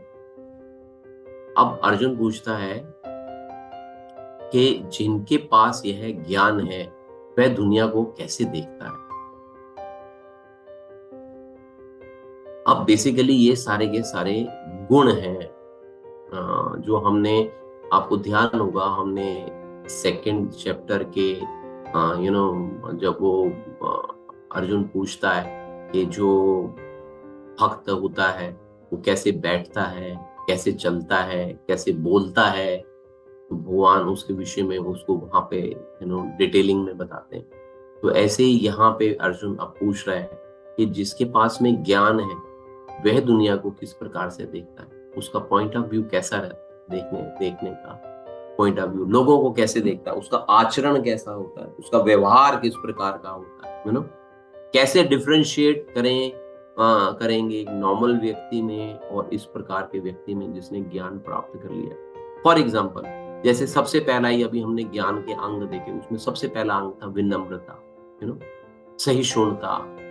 तो ये जब जीव के अंदर में ये सारे गुण जो अब डेवलप हो जाते हैं या जो आ जाते हैं, उसका बिहेवियर अपने आप ही चेंज हो जाता है उसके अंदर में सबके प्रति संभाव, तो सबको इक्वल वे में देखना, और बहुत सारे गुण हैं जैसे ना अच्छी बुरी घटनाओं के प्रति संभाव, कि किसी भी प्रकार की कोई भी सिचुएशन हो रही है तो उसके अंदर में अपने आप को मेंटेन करके चलता है। तो यहाँ पे फिर भगवान बताते हैं कि ज्ञान की आंखों से देखने वाला व्यक्ति हर चीज पदार्थ को आत्मा के संयोजन से देखता है, वो शरीर से नहीं देखता, वो क्या करता है, वो शरीर के पॉइंट ऑफ व्यू से नहीं देखता। जैसे उसको अगर कोई कुत्ता दिख जाता है या कोई गधा दिख जाता है या कोई सूअर दिख जाता है तो वो समझता है इस बात को कि उसको इस प्रकार का जो शरीर प्राप्त हुआ है उसके कर्मों के अनुसार प्राप्त हुआ है, लेकिन इसके अंदर जो आत्मा बैठी हुई है और जो आत्मा के साथ में इसके अंदर में भी परमात्मा बैठा हुआ है, वो वही है जो मेरे अंदर में परमात्मा बैठा हुआ है ना। आप अंडरस्टैंड करें, वो मेरे अंदर में जो परमात्मा बैठा है वो किसी पशु के अंदर में जो परमात्मा बैठा है, that is one. There is no they are not, they don't have different identity. For example, आप एक एग्जाम्पल आता है इसमें कि एक दफा प्रभुपाद अपने रूम में बैठे हुए थे चार अपने भक्तों के साथ में, तो उन्होंने पूछा, प्रभुपाद ने पूछा कि यहाँ पे अभी कितने कितने जीव हैं हम लोग यहाँ पे। तो सबसे पहले से पूछा आप बताइए, तो उसने कहा कि जी हम लोग चार हैं, चार लोग बैठे हैं हम लोग, टोटल मिला के चार, 1 2 3 4। दूसरे भक्त ने बोला कि नहीं हम चार नहीं है, हम लोग 8 हैं। अच्छा 8 हैं। तो बाद ने फिर तीसरे भक्त से पूछा हम भी कितने लोग हैं हम लोग, उसने बोला हम 5 हैं। तो फिर हम सबने पूछा कि प्रभुपाद बताइए, आप बताइए कि हम कितने लोग हैं। तो प्रभुपाद ने बताया कि जिसने 4 बोला वो गलत है, 4 तो शरीर हो गए, 4 आत्माएं हो गई, उन आत्माओं के साथ में परमात्मा भी तो है। तो दूसरे वाले ने बोला yes Prabhupada, I said correct, 4 आत्माएं और 4 परमात्मा, 8 हो गए। Prabhupada said you are also wrong, तुम भी गलत हो। फिर राइट कौन है, द राइट इज 4 लोग हम बैठे हुए हैं, मीन्स हम 4 आत्माएं हैं, और 5वां हो गया परमात्मा। परमात्मा जो है वो अलग नहीं है, परमात्मा इज सिंगल, परमात्मा जो है वो केवल एक है।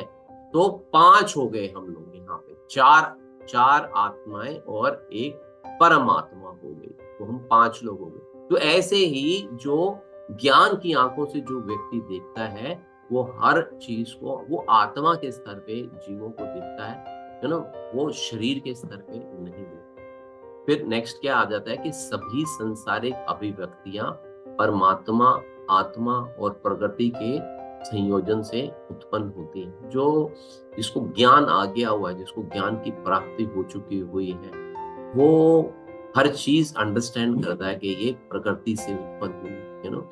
भगवान ने इस प्रकृति, भगवान की ये एनर्जी है, प्रकृति जो है भगवान की एनर्जी है, और इस एनर्जी से सारी चीजें जो है वो उनके संयोजन से जो सारी चीजें हैं वो उत्पन्न हो रही है। और क्या है कि परमात्मा, और वो क्या कैसे देखता है कि परमात्मा जो है वो सर्वत्र है, सब स्थानों पे है।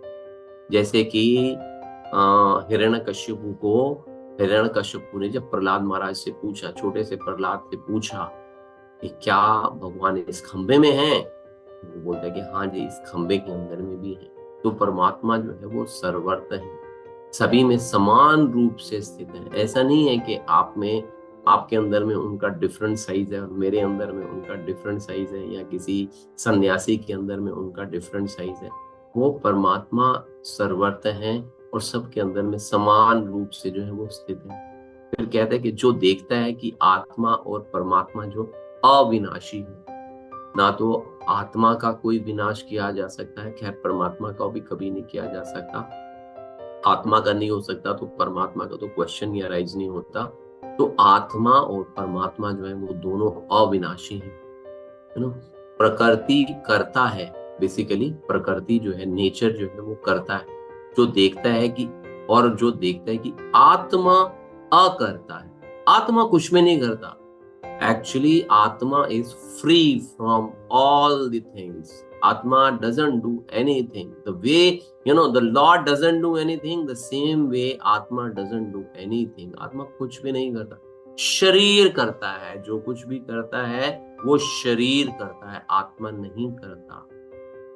जीव केवल कार्य से मिथ्या तदात्मय रखता है, कार्य के कारण उसको लगता है कि जैसे मिथ्या अहंकार के कारण उसको चीजें स्वामित्व जमाता है, तो ऐसे केवल कार्य से मिथ्या तदात्म्य रखता है जीव जो है। सभी जीव यद्यपि भिन्न भिन्न शरीरों में हैं, फिर भी एक ही आध्यात्मिक प्रकृति के हैं। हम सब लोग जितने भी लोग हैं, हमको देखने में शरीरों से हम लोग भिन्न हैं, शरीरों से हम लोग भिन्न हैं, लेकिन हम लोग क्या है, हमारी आइडेंटिटी क्या है, we all are one basically. हम सब लोग एक से ही हैं, we all are spiritual, we all are spiritual.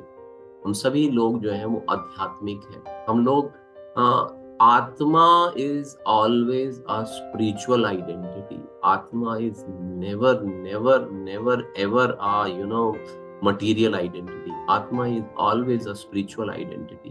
तो हमारी क्या पहचान है? हमारी पहचान शरीर नहीं है, हमारी पहचान ट्रू आइडेंटिटी, जिसको हम लोग बोलते हैं ना, the true identity is we are soul, we are different from our body. अगर कोई व्यक्ति इसको समझ लेता है तो वही व्यक्ति ज्ञान में स्थित है। और शरीर के साथ संपर्क होते हुए भी आत्मा ना तो कुछ करता है, ना ही आत्मा लिप्त होता है। किसी आत्मा doesn't get attached at all। वो कभी भी अटैच नहीं होता किसी भी चीज के साथ में आत्मा।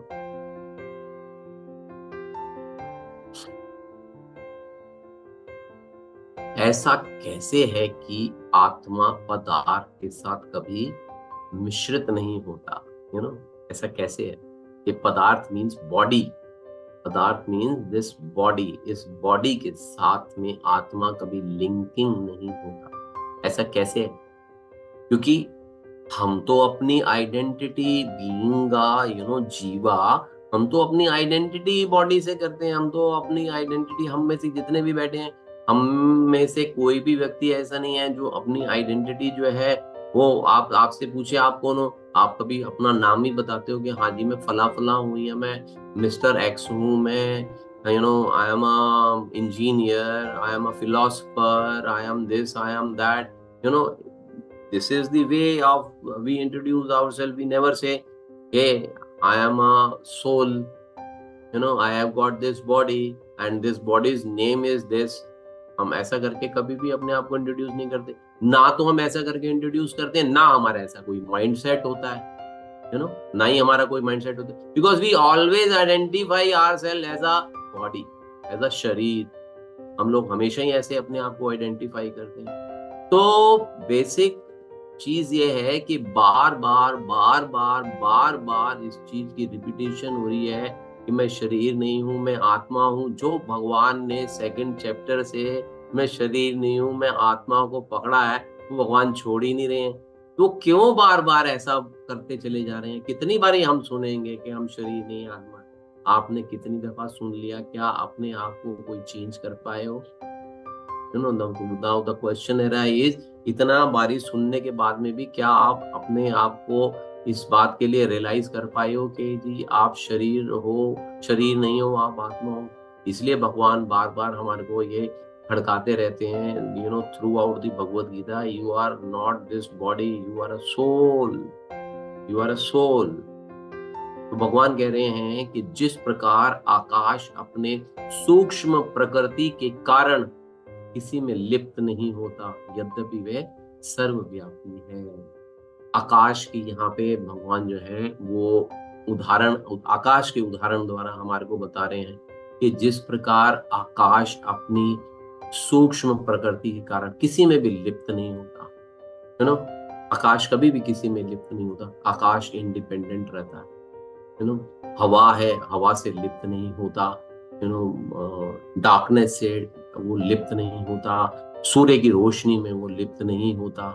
वो हमेशा क्या है, वो सर्वव्यापी है। तो अकॉर्डिंगली जो आत्मा जो है वो सर्वव्यापी, आत्मा भी किसी चीज में लिप्त नहीं होती, उस पर भी किसी चीज का प्रभाव नहीं पड़ता। फिर आत्मा की उपस्थिति शरीर को कैसे जीवंत बनाती है? तो भगवान कहते हैं कि हमारे अंदर में बेसिकली क्वेश्चन ये है कि हमारे अंदर में आत्मा एक स्थान पे स्थित है, लेकिन उसका अनुभव जो है हम पूरे शरीर में करते हैं, पूरी बॉडी में करते हैं। तो वो किस प्रकार से होता है, उसका अनुभव किस प्रकार से होता है? तो भगवान कहते हैं चेतना के माध्यम से होता है, कॉन्शियसनेस के माध्यम से ये हमारे शरीर के अंदर में मूवमेंट रहती है। प्राण जिसको कि हम बोलते हैं, हमारे बॉडी के अंदर में रहते हैं कि मैं यहाँ पे काटूंगा तब भी मेरे को पेन होएगी, मैं यहाँ पे काटूंगा तब भी मेरे को पेन होएगी, मैं यहाँ पे काटूंगा तब भी मेरे को, जो ये मेरी फीलिंग आ रही है, this feeling is because of soul, and the presence of soul we feel in our body through consciousness। इस चेतना के माध्यम से हम अपने शरीर के अंदर में गति या प्राण जो है वो हम अनुभव करते हैं। तो इसके लिए भी भगवान फिर से उदाहरण देते हैं कि जैसे सूर्य समस्त ब्रह्मांड को प्रकाशित करता है, पूरे ब्रह्मांड को सूर्य जो है वो प्रकाशित करता है, उसी प्रकार आत्मा सारे शरीर को चेतना से प्रकाशित करती है।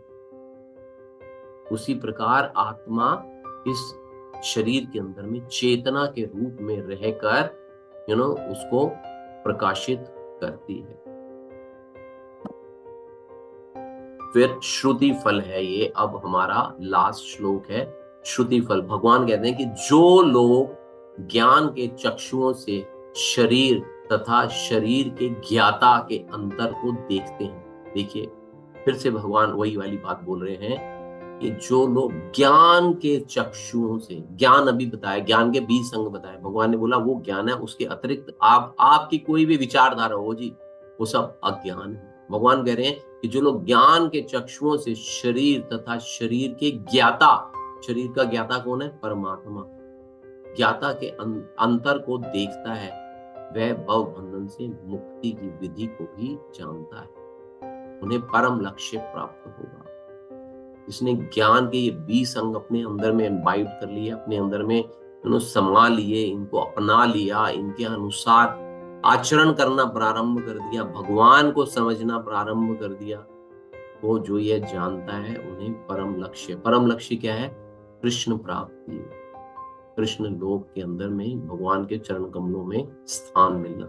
शील प्रभुपाद इसके परपट में बोलते हैं, इसके तात्पर्य में कहते हैं कि मनुष्य यह तो समझ सकता है कि वह शरीर पदार्थ है, यह शरीर जो है वो पदार्थ है और इसे 24 तत्वों में विश्लेषित किया जा सकता है। सूक्ष्म शरीर स्थूल अभिव्यक्ति है, ग्रॉस है, स्थूल मीन्स ग्रॉस अभिव्यक्ति है, और मन तथा मनोवैज्ञानिक प्रभाव सूक्ष्म अभिव्यक्तियां हैं, सेटल हैं, दिखती नहीं है। जो सूक्ष्म मीन जो दिखता नहीं है। जीवन के लक्षण इन्हीं तत्वों की अंतः क्रिया है। जीवन के लक्षण जो है इन्हीं तत्वों, इन 24 एलिमेंट्स की अंतः क्रिया है बेसिकली। किंतु इनमें से इनसे भी ऊपर आत्मा और परमात्मा, आत्मा तथा परमात्मा दो हैं। यह भौतिक जगत आत्मा तथा 24 तत्वों के संयोग से कार्यशील है। दिस इज वेरी इंपॉर्टेंट कि भौतिक जगत आत्मा तथा 24 तत्व 24 एलिमेंट्स जो बताए के संयोग से कार्यशील है, जो संपूर्ण भौतिक जगत की इस रचना को आत्मा तथा तत्वों के संयोग से हुई मानता है और परमात्मा की स्थिति को भी देखता है, वही वैकुंठ लोक जाने का अधिकारी बन पाता है। ये बातें चिंतन तथा साक्षात्कार की हैं, ये सारी चीजें जो है वो चिंतन की हैं, और साक्षात्कार की है, सेल्फ रियलाइजेशन की है। ये बेसिकली मनुष्य को चाहिए कि गुरु की सहायता से इस अध्याय को भली भांति समझ ले। This is very important because this is knowledge. तो यहाँ पे प्रभुपाद कह रहे हैं कि अगर वैकुंठ जाना है तो इन सब चीजों को अंडरस्टैंड करना होगा, चिंतन करना होगा, समझना होगा, सेल्फ रियलाइज्ड होना होगा, तब हम इन चीजों को जान पाएंगे। और लास्ट में कृष्ण ज्ञान योग और टेक अवे पॉइंट्स हैं कि हम जो हैं being a soul, we are very limited, हम सीमित हैं, वी आर लिमिटेड, हम लोग बहुत ही, हमारा जो अस्तित्व है वो सीमित है, लेकिन हमारे को सीमित होते हुए भी स्वतंत्रता का अधिकार है। हमारे अंदर में चैत्य गुरु है, वो राइट रॉन्ग को डिस्क्रिमिनेट करते हैं हम लोग, but still we are independent, हम लोग स्वतंत्र हैं। तो जब वो गुरु हमारे को, चैत्य गुरु हमारे को इंस्ट्रक्ट करता है, तो क्या करना है हमारे को सुप्त अवस्था से जागने की जरूरत है। तो जो इंस्ट्रक्शंस हमारे को मिल रही हैं, उन इंस्ट्रक्शंस को फॉलो करने की हमारे को जरूरत है। हम लोग क्या करते हैं कि उन इंस्ट्रक्शंस को इग्नोर कर देते हैं, we just ignore. Here Krishna is saying don't ignore them, take them seriously. हमें सुप्त अवस्था से जागने की आवश्यकता है। अंदर हमारे में गुण हैं, बट हमारे को उन गुणों को क्लीन करना है और क्लीन करके आगे बढ़ना है। हमारे को, हम कभी अकेले नहीं होते, हम हमेशा हमारे साथ में परमात्मा स्वरूप में भगवान जो है सदैव हमारे साथ में रहते हैं। ऐसा कोई इंसिडेंट नहीं है हमारी लाइफ के अंदर में कि हम जो है अकेले हों। No, we are never alone, we are never ever alone, we are always, Krishna is paramatma within the soul, along with soul is always present in us। और क्या है कि हम कभी अकेले नहीं होते। चरित्र जीव की शक्ति है। चरित्र means we have to imbibe those 20 qualities, जो 20 ज्ञान के अंग हमारे को बताए गए हैं, वो हमारा चरित्र निर्माण करते हैं बेसिकली।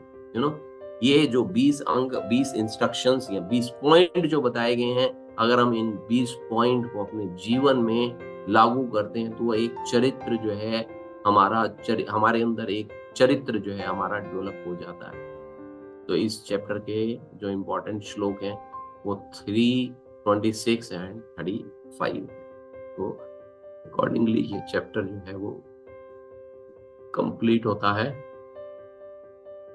इससे रिलेटेड किसी का कोई